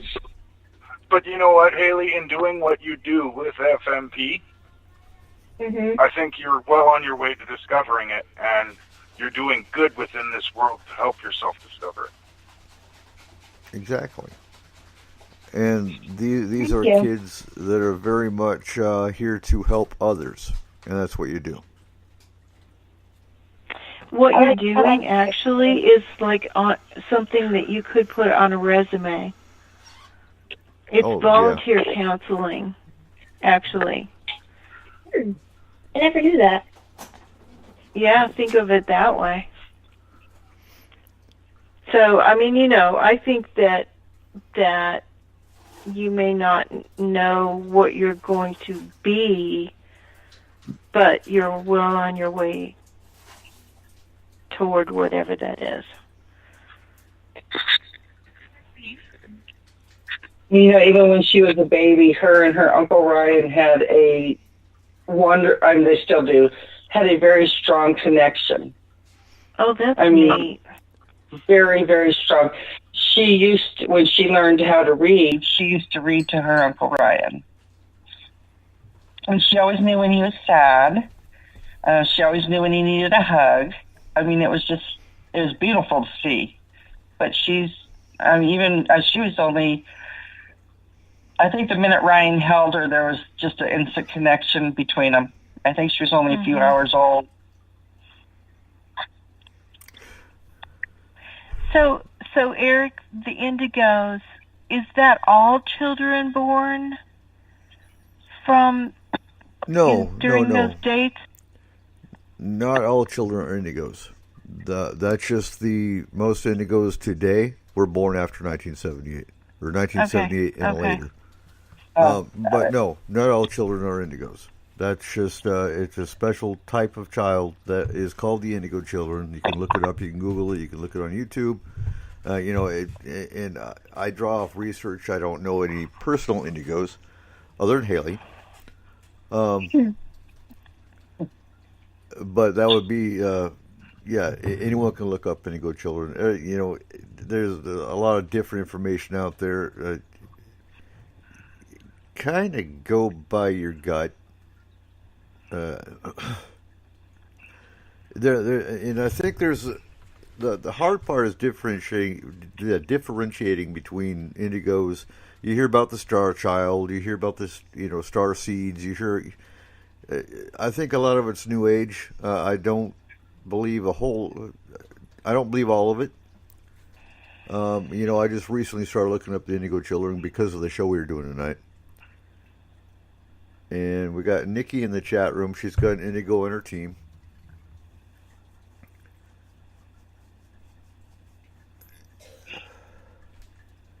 If they're good with intuition, like Haley is, Haley's got intuition, and she uses it to connect with people, they would be good on a team, wouldn't they?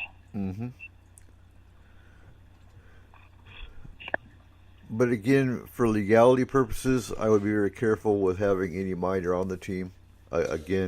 I will reiterate, because I do get beat up for this, but we do. Haley does not go into cases. She is telephonic only, and she only deals with children. So I just got to... And her grandma's on the team. Exactly. And she has permission from her mom. So I just have to throw that disclaimer out here and there. Yep.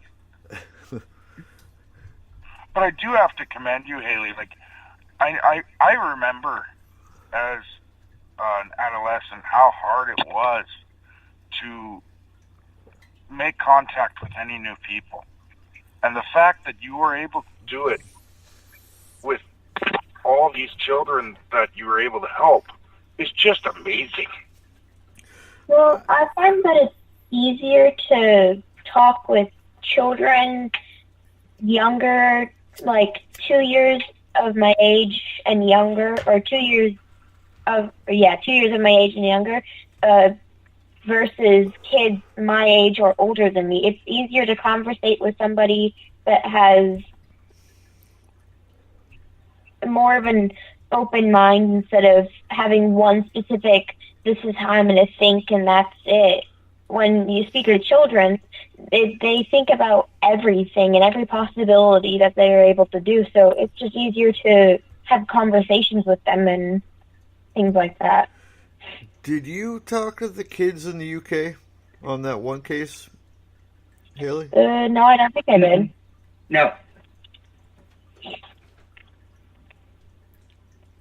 No, I don't.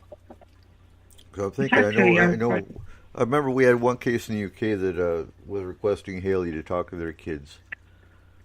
The only case that I talked to was a little girl in another state, I believe, Yep. and she was seeing shadows throughout her house, or seeing one shadow person throughout her house. Okay. Yeah. Yeah, she did really good after Haley talked to her. She felt more confident, more relaxed, knowing that someone else had also been through this, that they understood what she was going through. Right. And that's the purpose. That's the purpose of peer support. So moving on, I wanted to get into marks. You have kids that wake up, they have marks on their body. Obviously, kids are accident prone, so they're going to wake up with bruises sometimes. They're going to wake up with scratches and whatnot. You have a family cat, accidents happen. But there are certain marks that you do pay attention to. Scratches you can't explain, for example. Scoop marks. So scoop marks look like someone took a divot or a very small spoon and took a scoop of skin out of your leg. It's usually in the legs and the arms. These are things you look for. These, and I hate bringing this up, but it does happen. And this is with kids that have been abducted by aliens. Other things you look for are nosebleeds. If your kid wakes up and they have, muddy feet, things like that, and they don't sleepwalk, they haven't been outside. Their pajamas are on backwards. Their pajamas are on backwards. Or your kid just doesn't know how to put on clothes sometimes. Oh no, I'm talking about I the have ones. to say that's my kids. Yeah, well, I agree, but these are the ones that you know for a fact your kids went to bed and their pajamas were on right. And this is a hard topic to breach. I mean, I can talk to adults all day long about abduction, but when you're talking about kids, it just brings a whole different perspective to it, a whole different mood to it. Because it's harder when you have too harsh kids. for people to think about. Well, it is. And with that, you have hybrid children. And that's happening today. Back in the 90s, and I've said this on the show many times, but back in the 90s, when they were abducting women and putting, doing fetus implants, they would bring them back home. The gestation was about 2 months. They'd re-abduct them, take the fetus out, and then they'd be abducted again to visit this infant. Today, they are doing the same, but they're actually brought back down and allowed to have a natural childbirth. And these are alien hybrid children. And it's happening more frequently. And most of the time, the children look human. There's really no deviation as far as appearance. The eyes are a little bit different. They're a little more almond-shaped.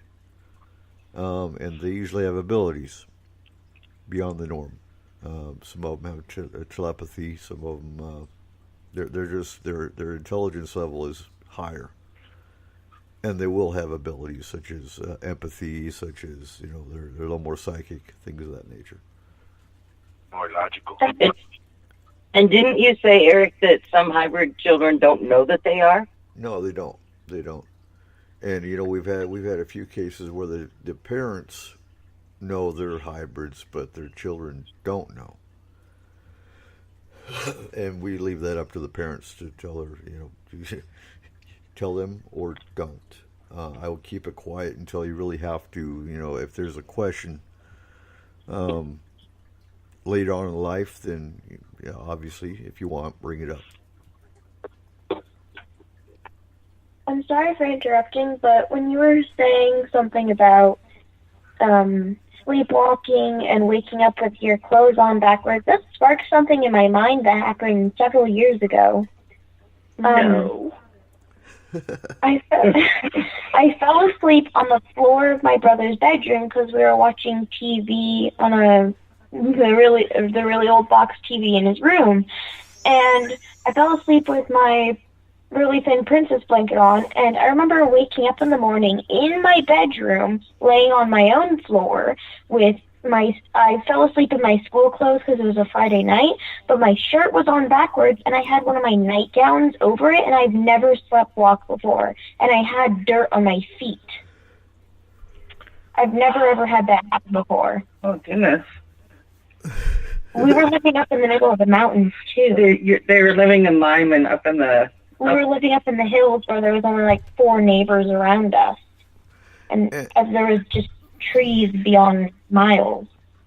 And did this happen just one time, or did this happen more than once? It only happened one time that I remember of, and I was about 4 to 6 years old, so it's vaguely there, but I still remember it happening. Okay, so with cases like that, and I'll get to your question here in a minute, Nikki. I would suggest, and I'm sure Dredd has already got you doing a dream journal. Watch your dreams, and we'll get that. That's another topic we'll get to here in a little bit. But I would pay attention to that. So getting to Nikki's elaborating on nosebleeds. So when we're looking at a case, I always look at medical before I just jump on abduction or anything else paranormal. With nosebleeds, kids usually aren't going to have high blood pressure, but that's something you look at with adults. If a child's got high blood pressure, obviously you've got medical issues. But also, if it's only a 1 or 2 time thing, I would look at was the air dry when they were sleeping. Things of that nature. I would get them tested for anemia or thinning of the blood, things like that before I jump on the abduction side. As far as the length of time, quite often with abductees, they woke up, in the morning and they see blood on the pillow. And the nosebleeds are caused by the implant. They'll have an implant in the nasal cavity, and that's what's actually causing the nosebleed. When they put the implant in. Other things, sparkling lights on the ceiling. I've seen this. I've never been abducted. I know that. But I have seen a lot of signs because I knew abductees. But it's almost like it's a reflection of 11 billion sparks of light, and they're all moving on the ceiling. And this show tonight It's reminding me of when Mark and I a couple of years ago, we did the first abduction show, and we were going over the 25 signs and symptoms of abduction, and he's like, "Oh my God, I've matched 16 of the signs." I'm like, oh, wonderful. Okay, so you might be an abductee, but missing time. So quite often, a typical scenario, somebody sees a UFO.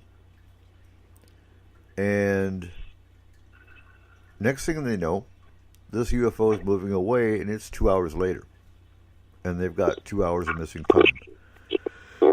So 2 hours is the norm, but abduction can be as quick as 20 minutes because there really is no time.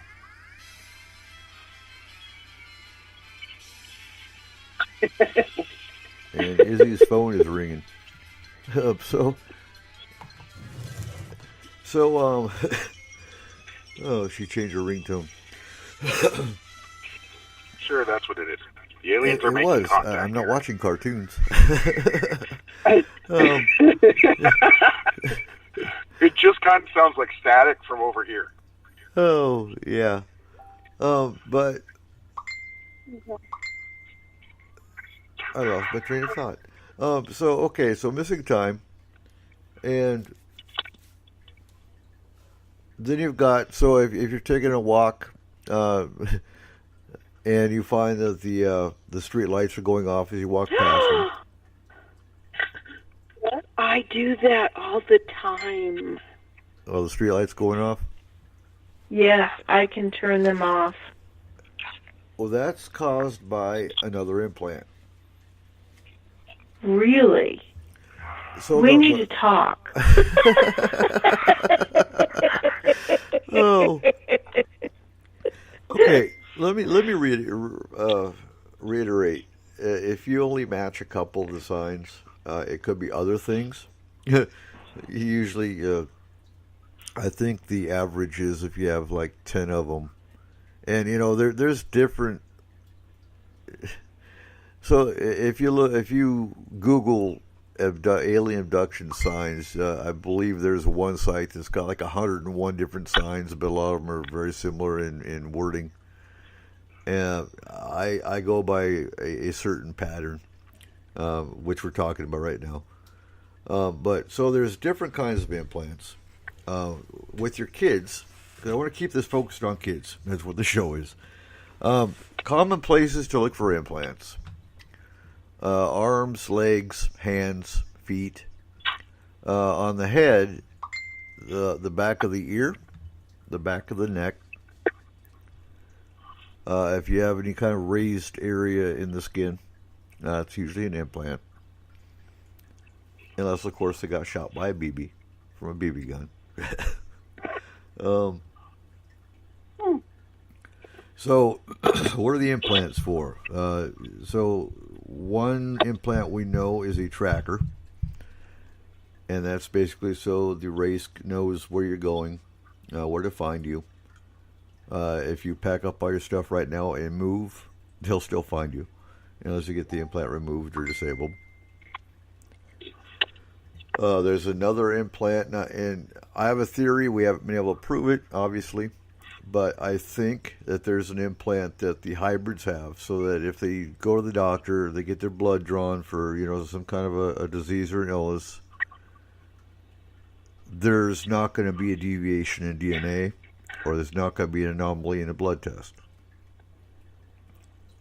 Because you would think, being a hybrid, that they would, have some kind of a medical deviation. So I would assume they probably have some kind of an implant to keep that deviated, or to keep that masked, some kind of a masking implant. So the tricky one and the interesting implant that we've dealt with is in the center of the brain, and it actually causes holograms. So we've had, cases where the client is seeing holograms all the time. They can't turn them off. There's not much you can do for that. What this hologram implant is doing is it's creating a channel for the race in question, because we don't really know what race that is that's using this implant, but it's creating a channel for information, uploads and downloads. And that's probably within the last, I can't remember. Do you remember what Keith said, Cole?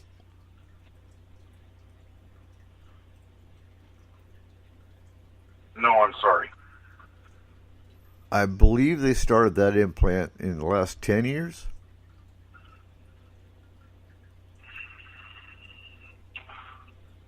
I'm grasping for straws here. Yeah, no, that sounds right. So when it comes to abduction and when it comes to implants, that's a relatively new one. Why? I don't know.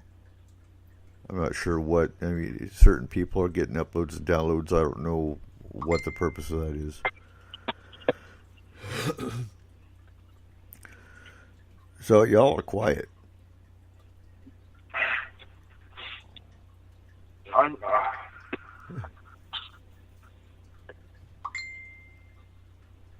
don't know a lot about the implants, so it's kind of a hard subject for me to comment on. So when you think about it, the reason for the tracker, we do the same thing with animals. You know, we put trackers on elk to track migrations and things like that. So it's really no different.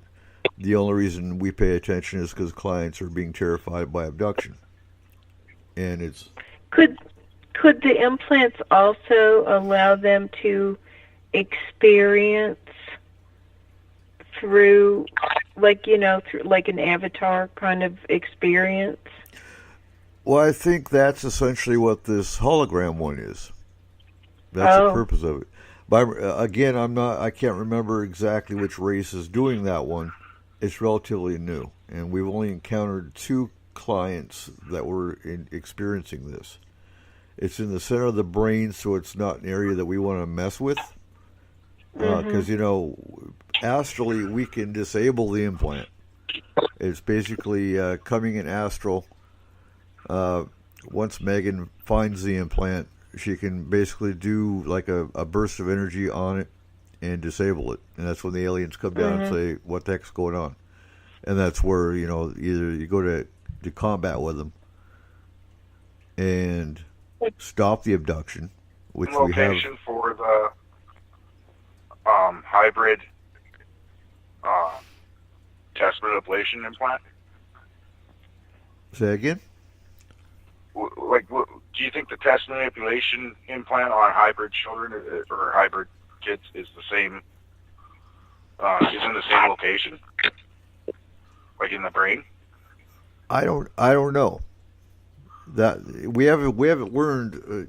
This is relatively new, within the last year and a half. So with that, we haven't explored that a whole lot, because the specific cases where we were dealing with that, we didn't deal with the children. We were dealing with the parents. Mm-hmm. But it's the family, though, isn't it? I mean, it's not just. Isn't it? If you have an alien interaction, it's going to be the whole family and not just one person, right. Is that not true? Well, so with most of that's one of the questions we ask the abductees that we deal with is, did your parents ever describe being taken or seeing UFOs? Or did your grandparents ever describe being taken or seeing UFOs? Because it's generally generational. It can go every generation. It quite often skips a generation. That's why we always ask about the grandparents as well as the parents. And that's to check for DNA manipulation or DNA or genetic changes is what we what we think they're doing. These are the scientists. So you got different levels or different types of abduction. You've got some races that are scientists. That's what they do. they're watching the human race. They're watching genetic changes. They're watching things of that nature. You got the social scientists. These are the abductees that describe being taken up, and they're being forced to watch a TV screen. And on the TV screen, they're being shown something peaceful, a peaceful meadow. They're being shown nuclear war. And all the while that they're watching these TV screens, they're being what's called mind scan performed on them. And that's where the alien is actually face to face with them and looking them eye to eye. And they're watching their emotions. So we call them the social experiments, or social scientists. Then, of course, you got the gray hybrid program, which I already went into. That's where they, back in the 90s, they were abducting women and men. They're taking semen from men, and they're injecting or implanting the women with fetuses. And that was to essentially create hybrids. And then, of course, you've got there's a couple races out there that abduct because they think we're chicken, and they eat us. And these abductees, they just don't come back, obviously. Those are rare. The midnight snackers. Yeah, I will say those are rare. Not to scare anybody. We also have aliens that live here in the mountains. They do the same thing. Some of them. And again, those people just don't come back. In the Cascades? Say again? Oh, yeah. In the Cascades? Yeah, we have one race I know of that lives up here. Has anyone noticed how most quote-unquote alien sightings or that we hear about are in higher places in society, like the news people or newscasters or bodyguards of the president or scientists or celebrities like that? I don't believe the media. Don't watch the news, Haley.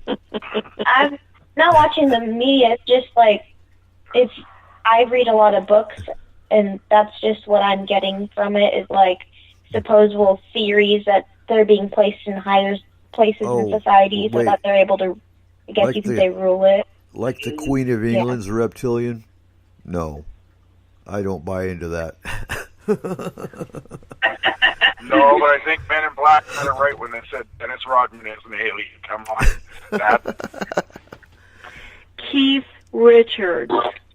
Well, it's kind of like what you had said, Eric, the scientists, most aliens being scientists, like that, but they're being placed higher in society so they're able to watch us better or, well, I guess you can say manipulate control. Or mess and see what we would think of it. Yeah, control. Well, I think it depends on the race because there's thousands of races out there. So there's no telling. There really is no telling. But is the Queen of England eating children? I don't think so. Well,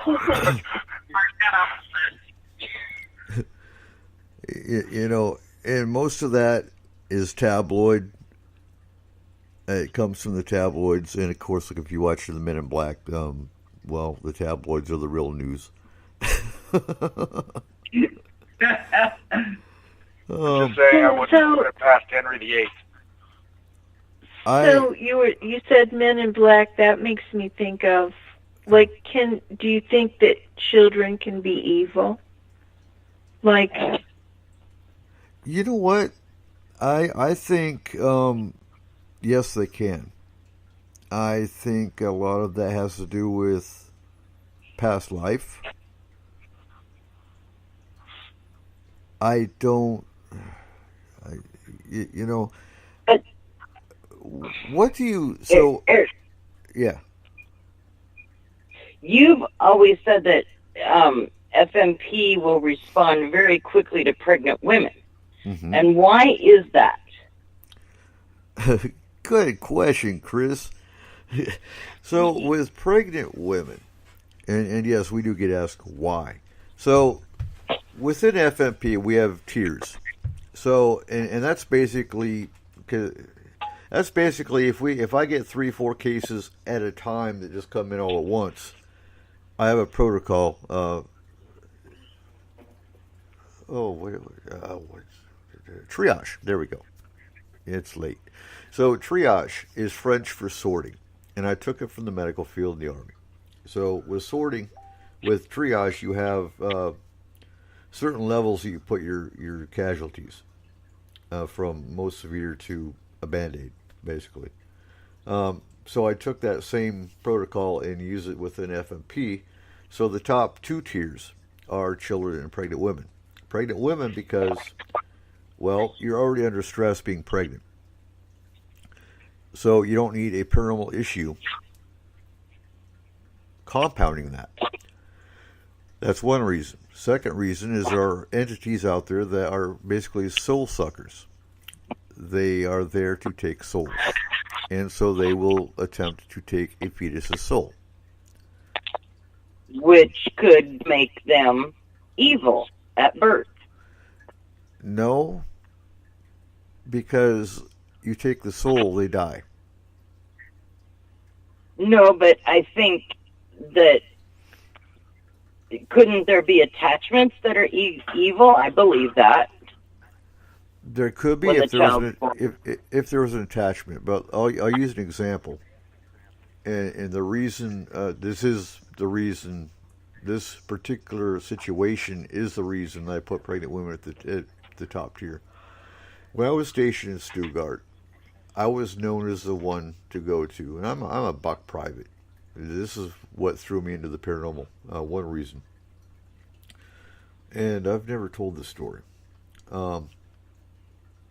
but y'all heard about my crystal that I always carried. I was knocked out of my shoes at 90 miles an hour and flew through the air and was told I was never going to walk again. Probably should be dead, but I'm walking just fine today. And my buddies that watched me fly through the air saw a flash of light come out of my pocket. And the only thing that was on me was my crystal that was in my pocket. So, with that being said, my buddies all went to Desert Storm. And one of my buddies said, I need you to check in on my girlfriend every once in a while, make sure everything's okay. I said, okay. I went down one night, I was at the bar, came back. She was sitting in front of my barracks. And she said, I'm freaked out. And I don't know what to do. I've got something going on in my house. And she had a spirit. And it started out just rocking the chair in the corner of her bedroom. It would move the garbage can across the kitchen. I call a buddy of mine, and I said, what do I do? I ain't never experienced this before. This is before FMP. This is back in 1990. I was very unfamiliar with the paranormal.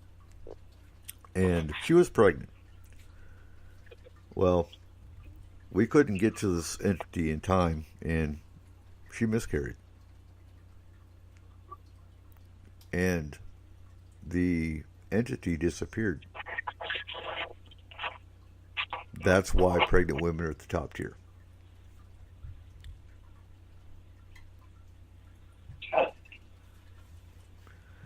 So, when you're dealing with an entity that is essentially a soul stealer, the baby's not going to be born. Now, can children have attachments, or can children be possessed that makes them evil? Yes, they can.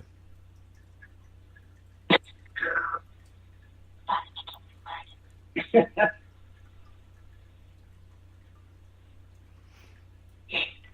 still there, Chris? Yeah, I think we were all intense in that story, so we're all like, whoa. Everything got quiet. Well, that's kind of what threw me. That's kind of what threw me into the paranormal very much. And I was probably about 21 years old when that happened. it just is another example of what is really out there and what the things can do. It's just another realization. You know? Now, the question to ask would be, where does that particular entity come from? I have no idea. I don't think are they demons? They could be. But again, we know from our experiences that demons are highly rare. It could just be a parasitic entity that's not demonic. I mean, we don't know. You know. Well, but also, like, okay, so we talk about souls, and then we also, like, there's been studies on the soul, and it's kind of agreed upon that the soul is pure energy. Right. Is it not possible that it's an energy vamp and it's just really good at what it does? So, the difference between just being an energy vamp and you know, souls are more than just energy. They are energy, don't get me wrong. But your soul retains information. It's, oh God, how do you explain a soul? Your soul is what transfers from one shell to another. Your human body is nothing but more than a shell. Right. So with past lives. Say again? I have a question. Go ahead. What if the reason we're born crying is because we just got killed and we died and we remember dying at that time, but as we grow older, we forget about the past life. And there are some babies that don't come out crying. What if those are the ones that are the souls or the energies that are getting their first life?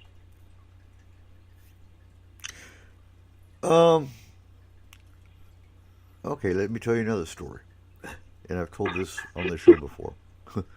So, I was sitting in my apartment one night, again in Germany. Everything, I had more happen in Germany than, I could write a book just about the German experiences. Oh, spirits, sir. Say again? So there's a lot of spirits in old, like England, Germany. Well, and you know, I love Germany. I love the culture. I love the attitude, because Germans believe in the paranormal.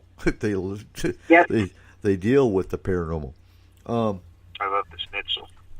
I do too. I love currywurst, but I think my favorite's Jaeger schnitzel, and that's schnitzel with mushrooms. But anyway, we're getting off topic. I was. Oh, I still want to go back.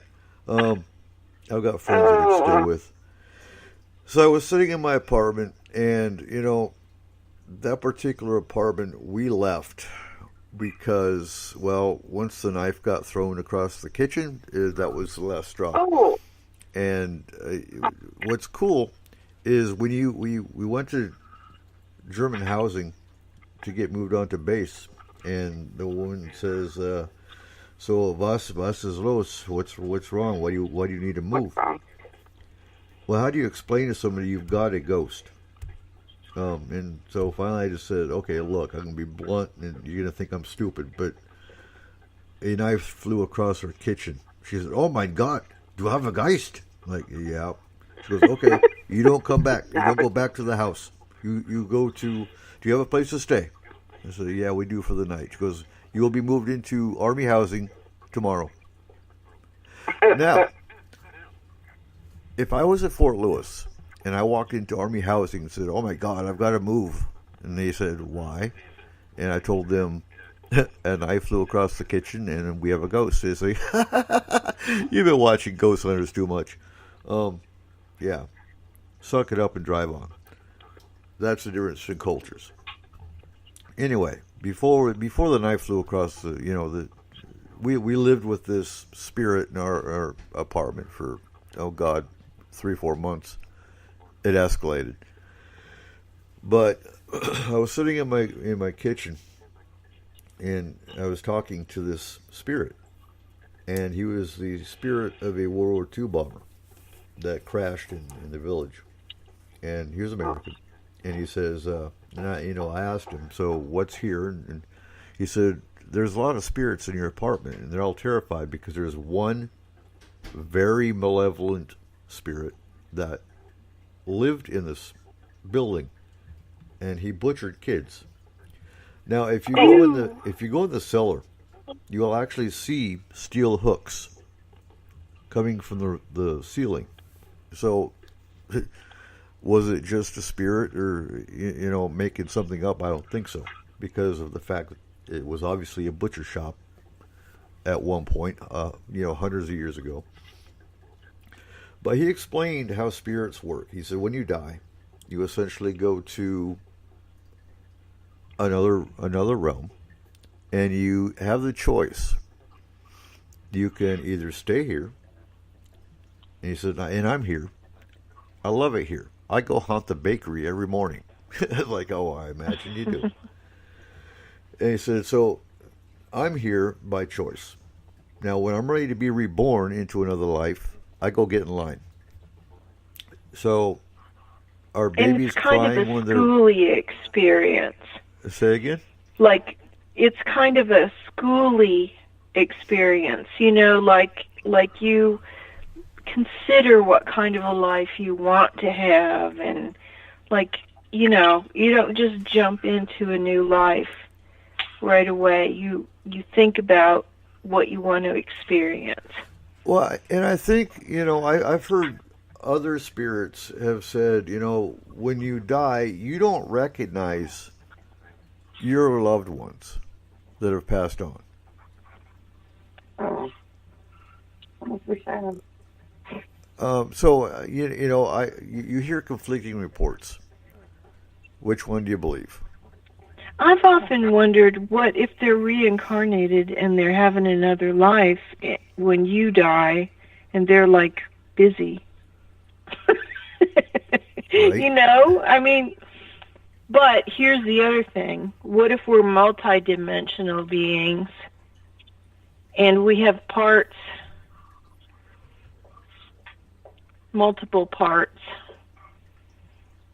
What if we could live multiple lives and be a child and be an adult in another life all simultaneously?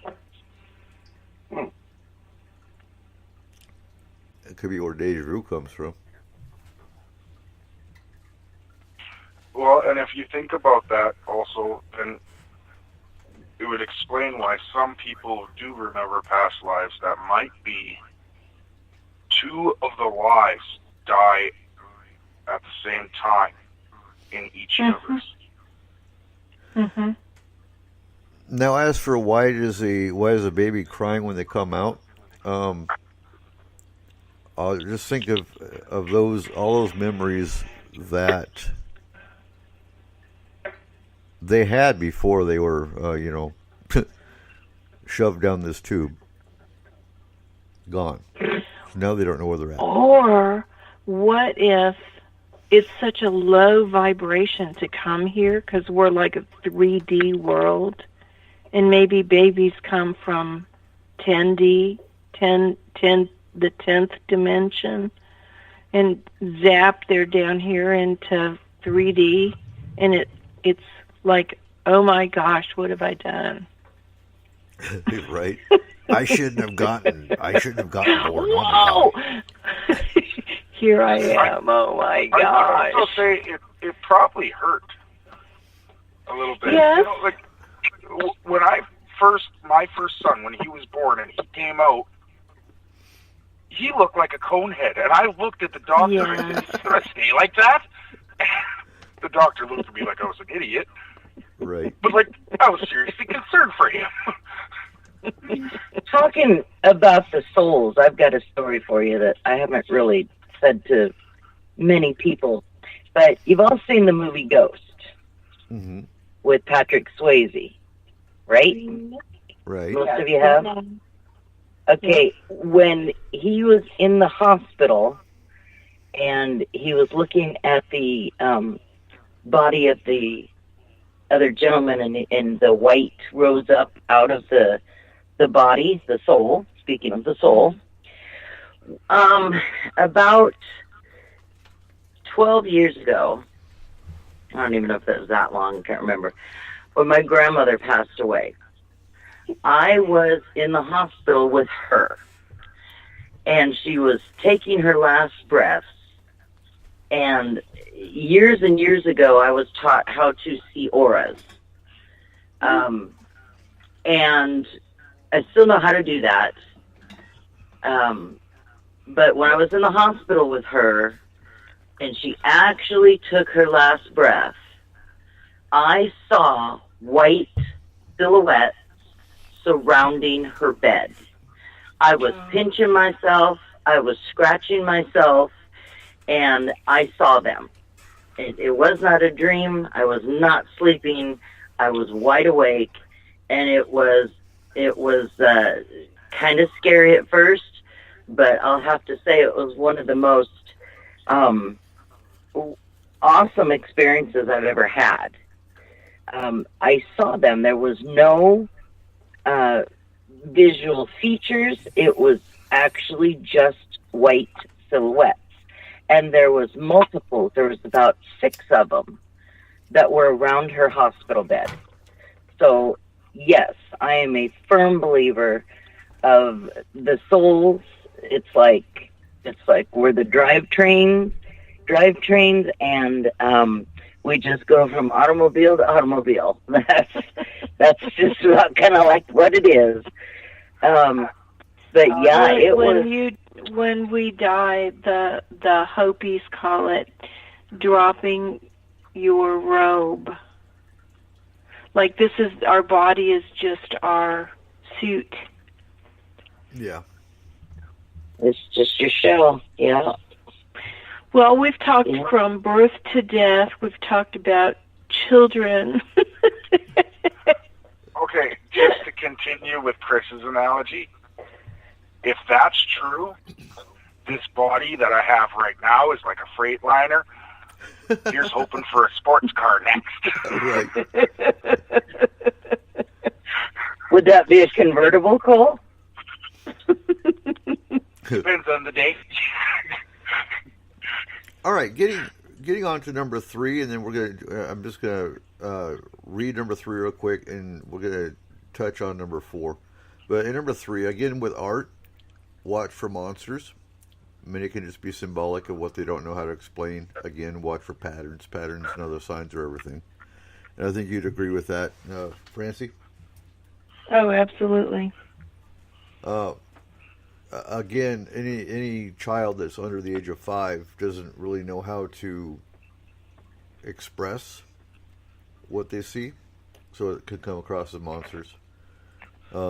Generally a bad thing, but it could also be something they saw on, well, the Cookie Monster, Sesame Street.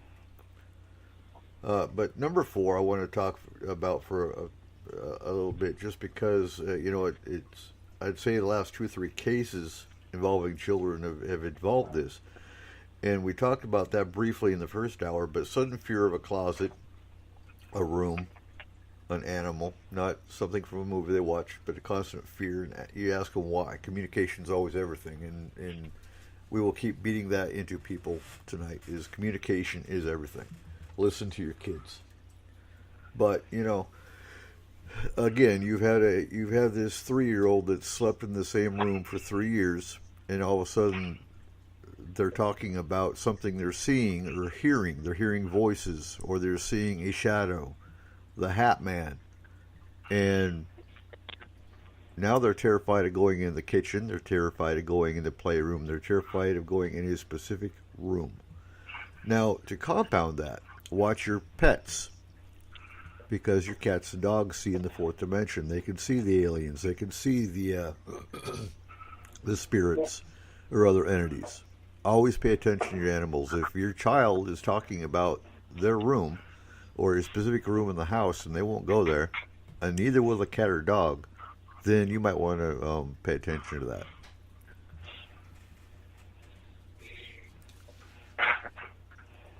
And let's talk about voices. So you've got a 5-year-old that all of a sudden starts talking about, well, I'll say Grandma Janie. That's my grandma. They've never met Grandma Janie. Grandma Janie died before they were born. And they start describing her. And they start talking about voices that talk to them about Grandma Janie. Again, those are things you might want to pay attention to. You want to elaborate, Francie? Well, I would just say, the coincidence is huge there that they've never met Grandma Janie, and then all of a sudden they start talking about, talking to her and stuff. That's pretty huge. So, like, out of the ordinary, too much of a coincidence, And people are busy, though. People are busy. If you've got little kids, you are busy. You miss stuff. Exactly. And not saying anyone's stupid. Not don't take it that way whatsoever. But yeah, people are busy. Yeah. They don't pay attention. And all of a sudden, you've got your child looking at a photo album, pointing at someone, a loved one that's deceased, and saying, "I saw them in my dream."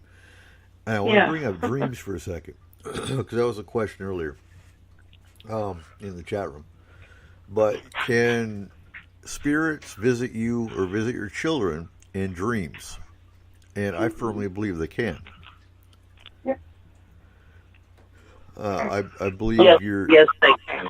I believe your mind is the most open while you're sleeping and in dreams. And sometimes you're in your busy life, talking to you in your dreams is the easiest way to get your attention. I think we travel when we're sleeping. Yeah. Like, it interdimensionally. I think certain individuals can. I think not everyone can.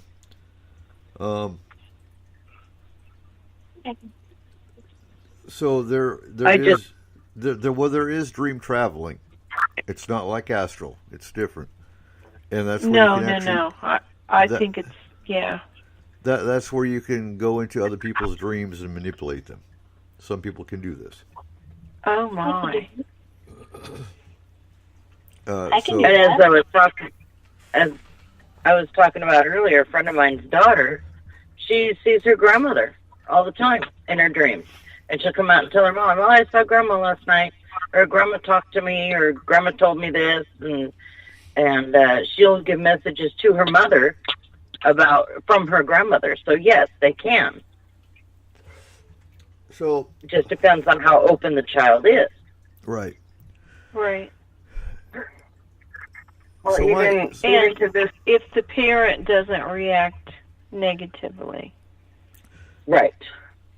Now, growing up, my grandpa on my dad's side was a complete asshole. He didn't like kids. And he was obvious he didn't like kids. He was just a grumpy old man. And so we never had a relationship. He died in, I want to say, 1997. And within a week after he died, he came to me in a dream. And he apologized. He said, I'm really sorry for the way I treated you. You were my grandchild. I should never have treated you bad. And I apologize. I really regret that I didn't develop a relationship with my grandkids.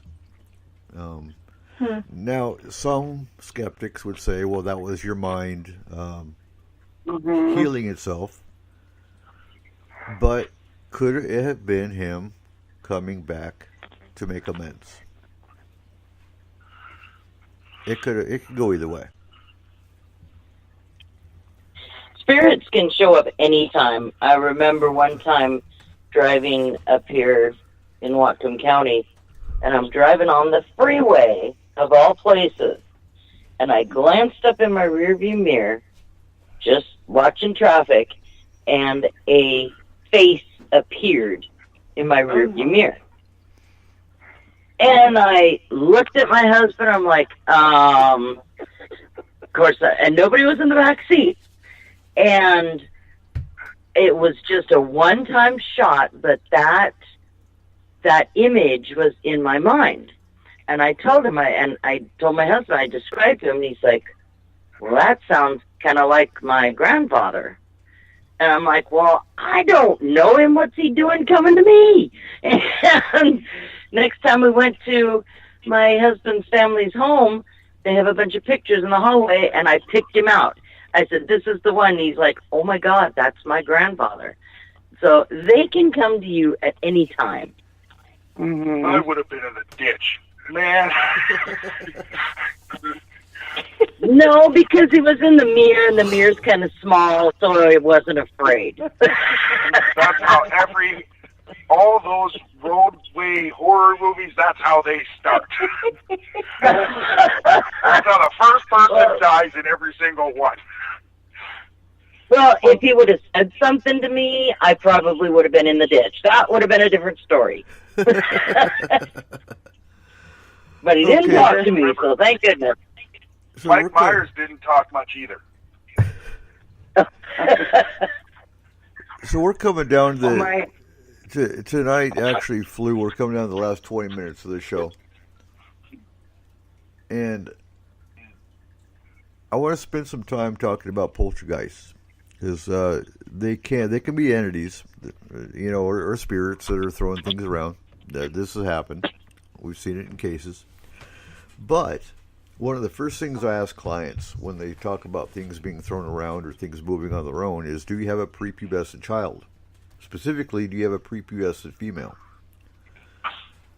Because prepubescent females, if they have more energy than the normal and it's not grounded, can actually manipulate energy without knowing it. Sometimes they do know it, and it's been shown to.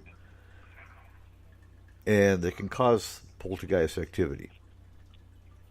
Now, I'm sure you've heard of that, I'm sure, haven't you, Francie? Oh, yeah. Yeah. Would you also call that kinetic energy? Yes.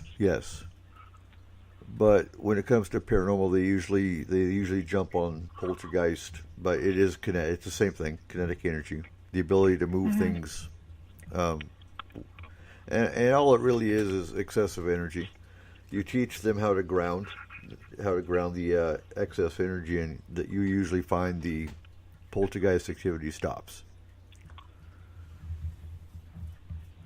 We were talking about teaching mindfulness earlier. Would that be helpful also? Assuming, meditation. Would teaching meditation be helpful for a certain age kid?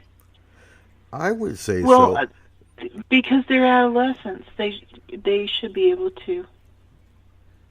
And that reminds me of someone's comment in the group about Ouija boards. And Ouija boards. I'm going to say this once: Ouija boards are merely tools of communication, but in the improper hands, if with improper protection and training, and when you don't close the gate, yes, you can cause problems. With that being said, there was a comment about meditation. Actually, no, it was a news article about the Vatican, or the lead exorcist saying yoga and meditation can cause possession. Were the devil's work. Yeah. Meditation can open your mind up to possession. I don't agree with that. Maybe the yoga part. Hot yoga.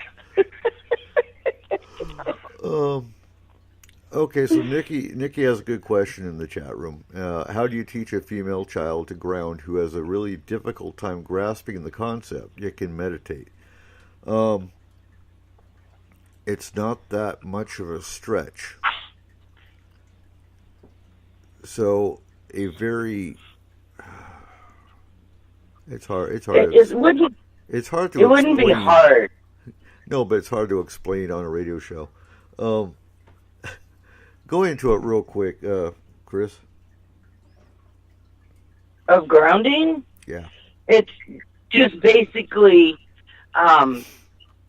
you want to be in tune and in touch with the earth, and you're going to, see, this is one thing I could do, Eric, is put it into, like Francie says, into easy terminology for kids, which I'm going to work on that. But since I'm speaking as adults now, the way we do it is we pull a white light up from the earth, up through your body, and we pull it all the way up into our head. This is why, Francie, I asked you the age question on the mentality on getting a child to be able to understand. I would say 7. Yeah. And so you pull the white light up into your head, and then as the white light comes back down through your body, you use that and imagine it as like a magnet, is what I would like to say.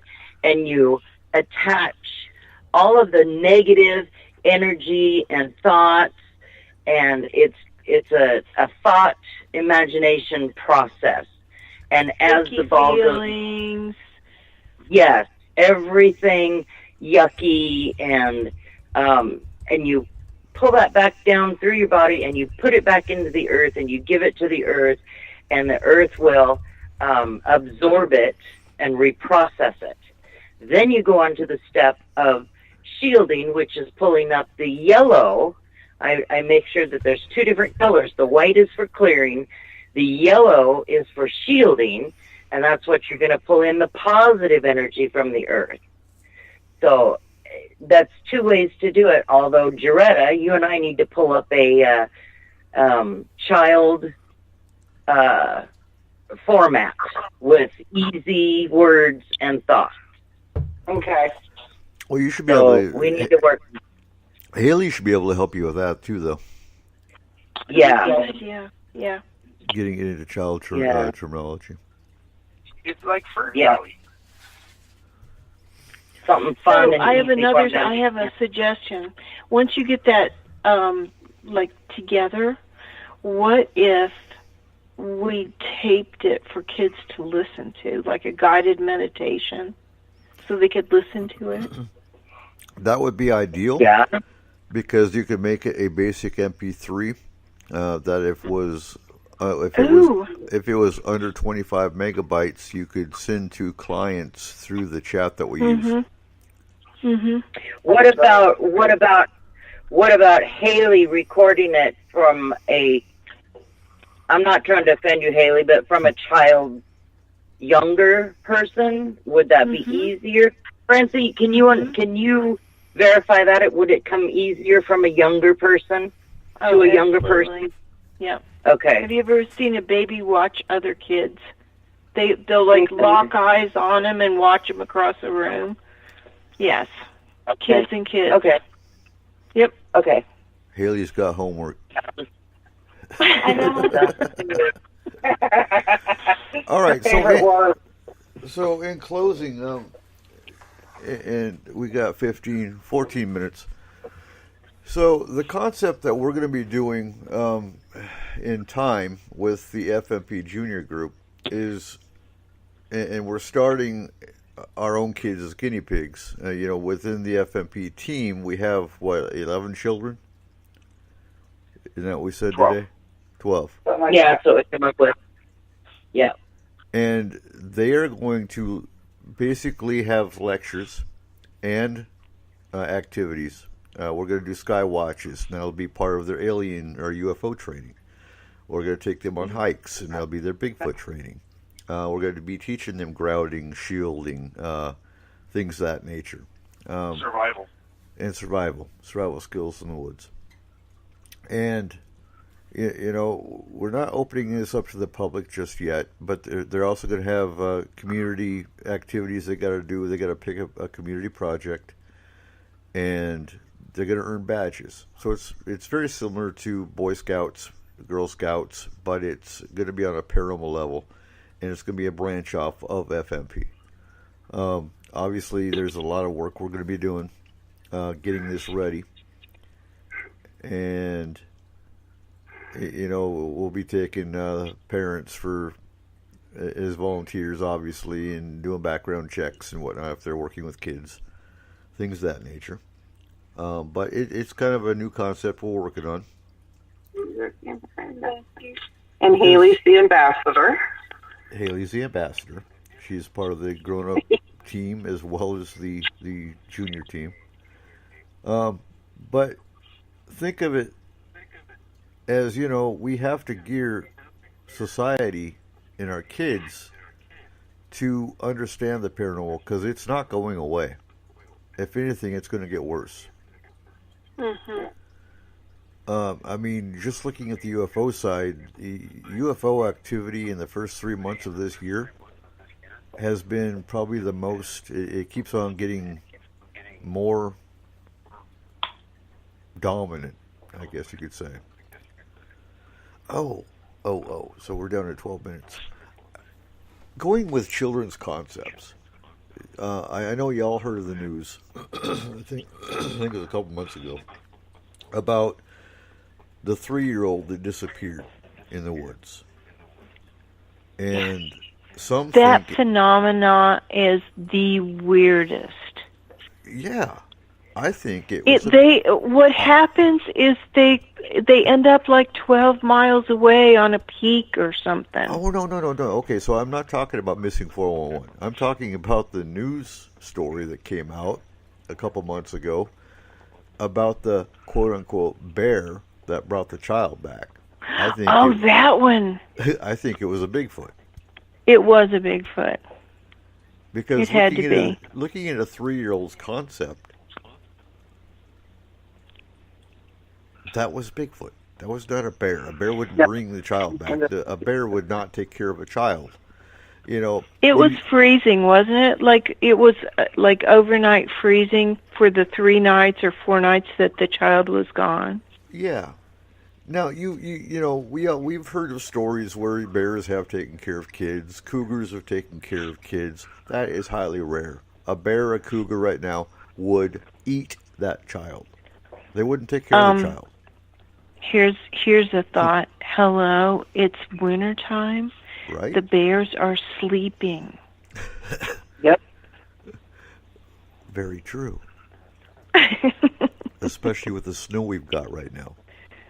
Well, yeah, I think this was in North Carolina, though, wasn't it? I don't remember, to be honest with you. But nevertheless, it was a Bigfoot. I would have to agree. Has there even been any update or real information on this after he was found? No. Gee, I wonder why. Well, they don't want why. They don't want us all knowing that Bigfoot takes care of kids. That's right. Not all Bigfoot. Some Right. Bigfoot are evil. 3 babies and... But I think the Bigfoot that are aggressive,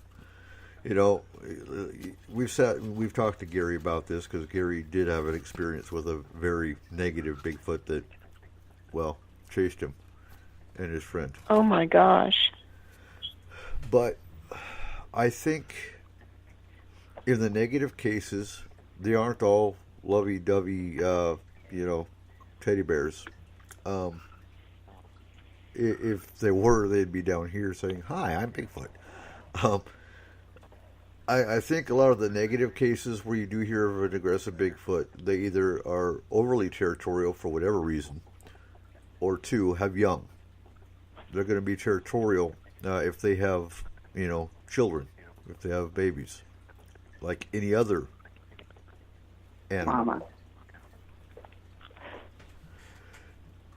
So I'd have to go with Maybe in that. Gary's case, that hide and seek was over and now he was playing tag. Gary, are you listening?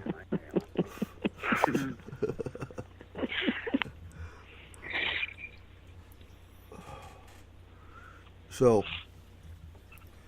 in closing, I think the main thing you take away from this is communication. Pay attention to your kids. That doesn't mean you need to sit and watch Bob the Builder with them. But if they're talking about something spooky, rule it out. At least rule it out.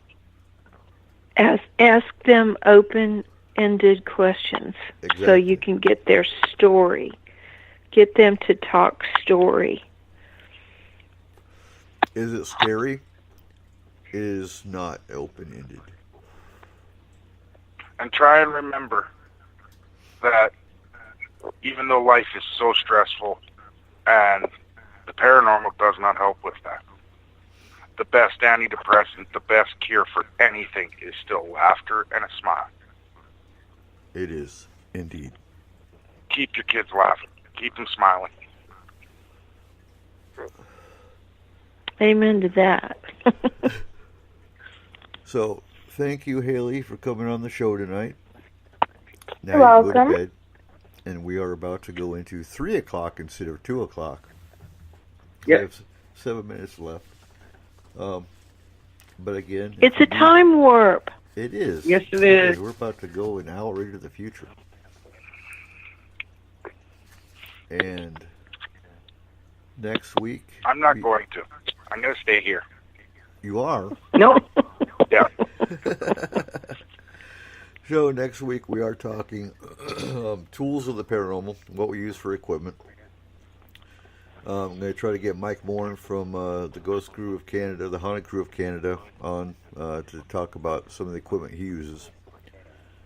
And we're going to look at is the equipment we use for Bigfoot investigation and UFO investigation the same equipment that we use in hauntings? And why do you need equipment? To be honest with you, FMP doesn't use too much equipment. We have an astral team. That's all the equipment we really need. But we do have some toys. We use them to validate and verify if we're doing boots on ground cases.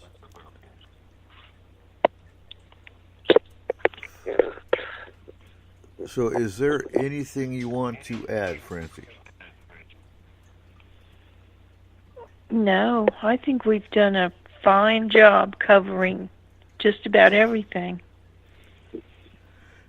Thank you for joining us, Francie. Well, yeah, thank you very much. This is Francie's first time on the show tonight, and Haley's.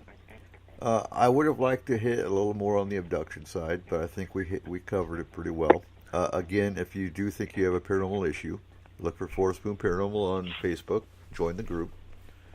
You can either send me, Eric Cooper, a direct message if you don't feel like posting it in front of the group. That's fine too. Or look for our pre-investigative questionnaire. It's a Google Doc. And I do want to clarify too that the 23rd, usually we have our roundtable on the last day of the month, but on the 23rd we are doing roundtable because we have Butch Wachowski from UFO Cop coming on the 30th to talk all about cryptids, from Bigfoot to Dogman to Goatman to well, everything in between. And we haven't had him on in about a year and a half, so I'm sure he's got some new information for us.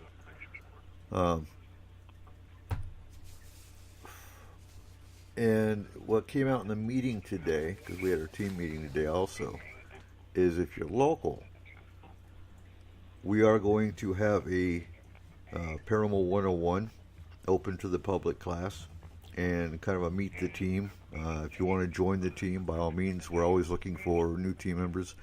And you know what? If you are international and you have your own paranormal team, we're always looking for boots on ground teams for other countries as well, so that we can actually go astral on a case and call you in for boots on ground so you can validate and actually work one-on-one with the client, while we're taking care of the astral side of it. So there is always that as well.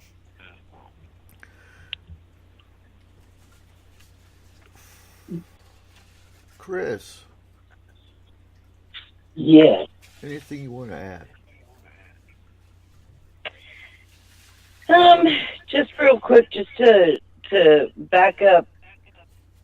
Earlier in the conversation, you were talking about us as a team. We have training. We don't automatically think everything is, this paranormal. We go through different procedures and rule out other possibilities that could be.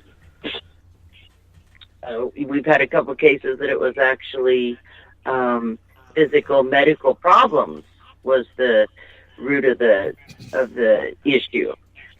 So thanks to Eric, who is an excellent boss and he gives us specific training, excellent training. We're a great team, and if you need help, contact us. Why, thank you, Chris. And I that's why we have Francie. Because you can't have a well-rounded team without science and without psychiatric. I have a medical background. I was a combat medic. No, I'm not a doctor. No, I'm not, a surgeon. I'm not anything big. But I know enough medical to know that if you have a nosebleed, for example, there's many different conditions that could cause nosebleeds than just abduction, for example. So we have 2 scientists on the team. So I say science, yes, but we also have Eric Markham, our microbiologist, and we have Karen, our atmospheric scientist. So we cover all bases when it comes down to dealing with clients, dealing with cases. And when you look at what people see on Paranormal TV, it really gets aggravating seeing some of the teams that come out and really don't handle cases appropriately. And we see it all the time. That's why I bring it up. I can't tell you how many clients we've had, and we still have today, that have had 2-3 other teams that came in. Some of them got terrified and ran out, and they never heard from them again. And so on that, in closing, y'all have a great week. We'll see you next week. We'll talk about tools of the trade. Thank you, everyone, for being on the show tonight. And keep your eyes to the skies.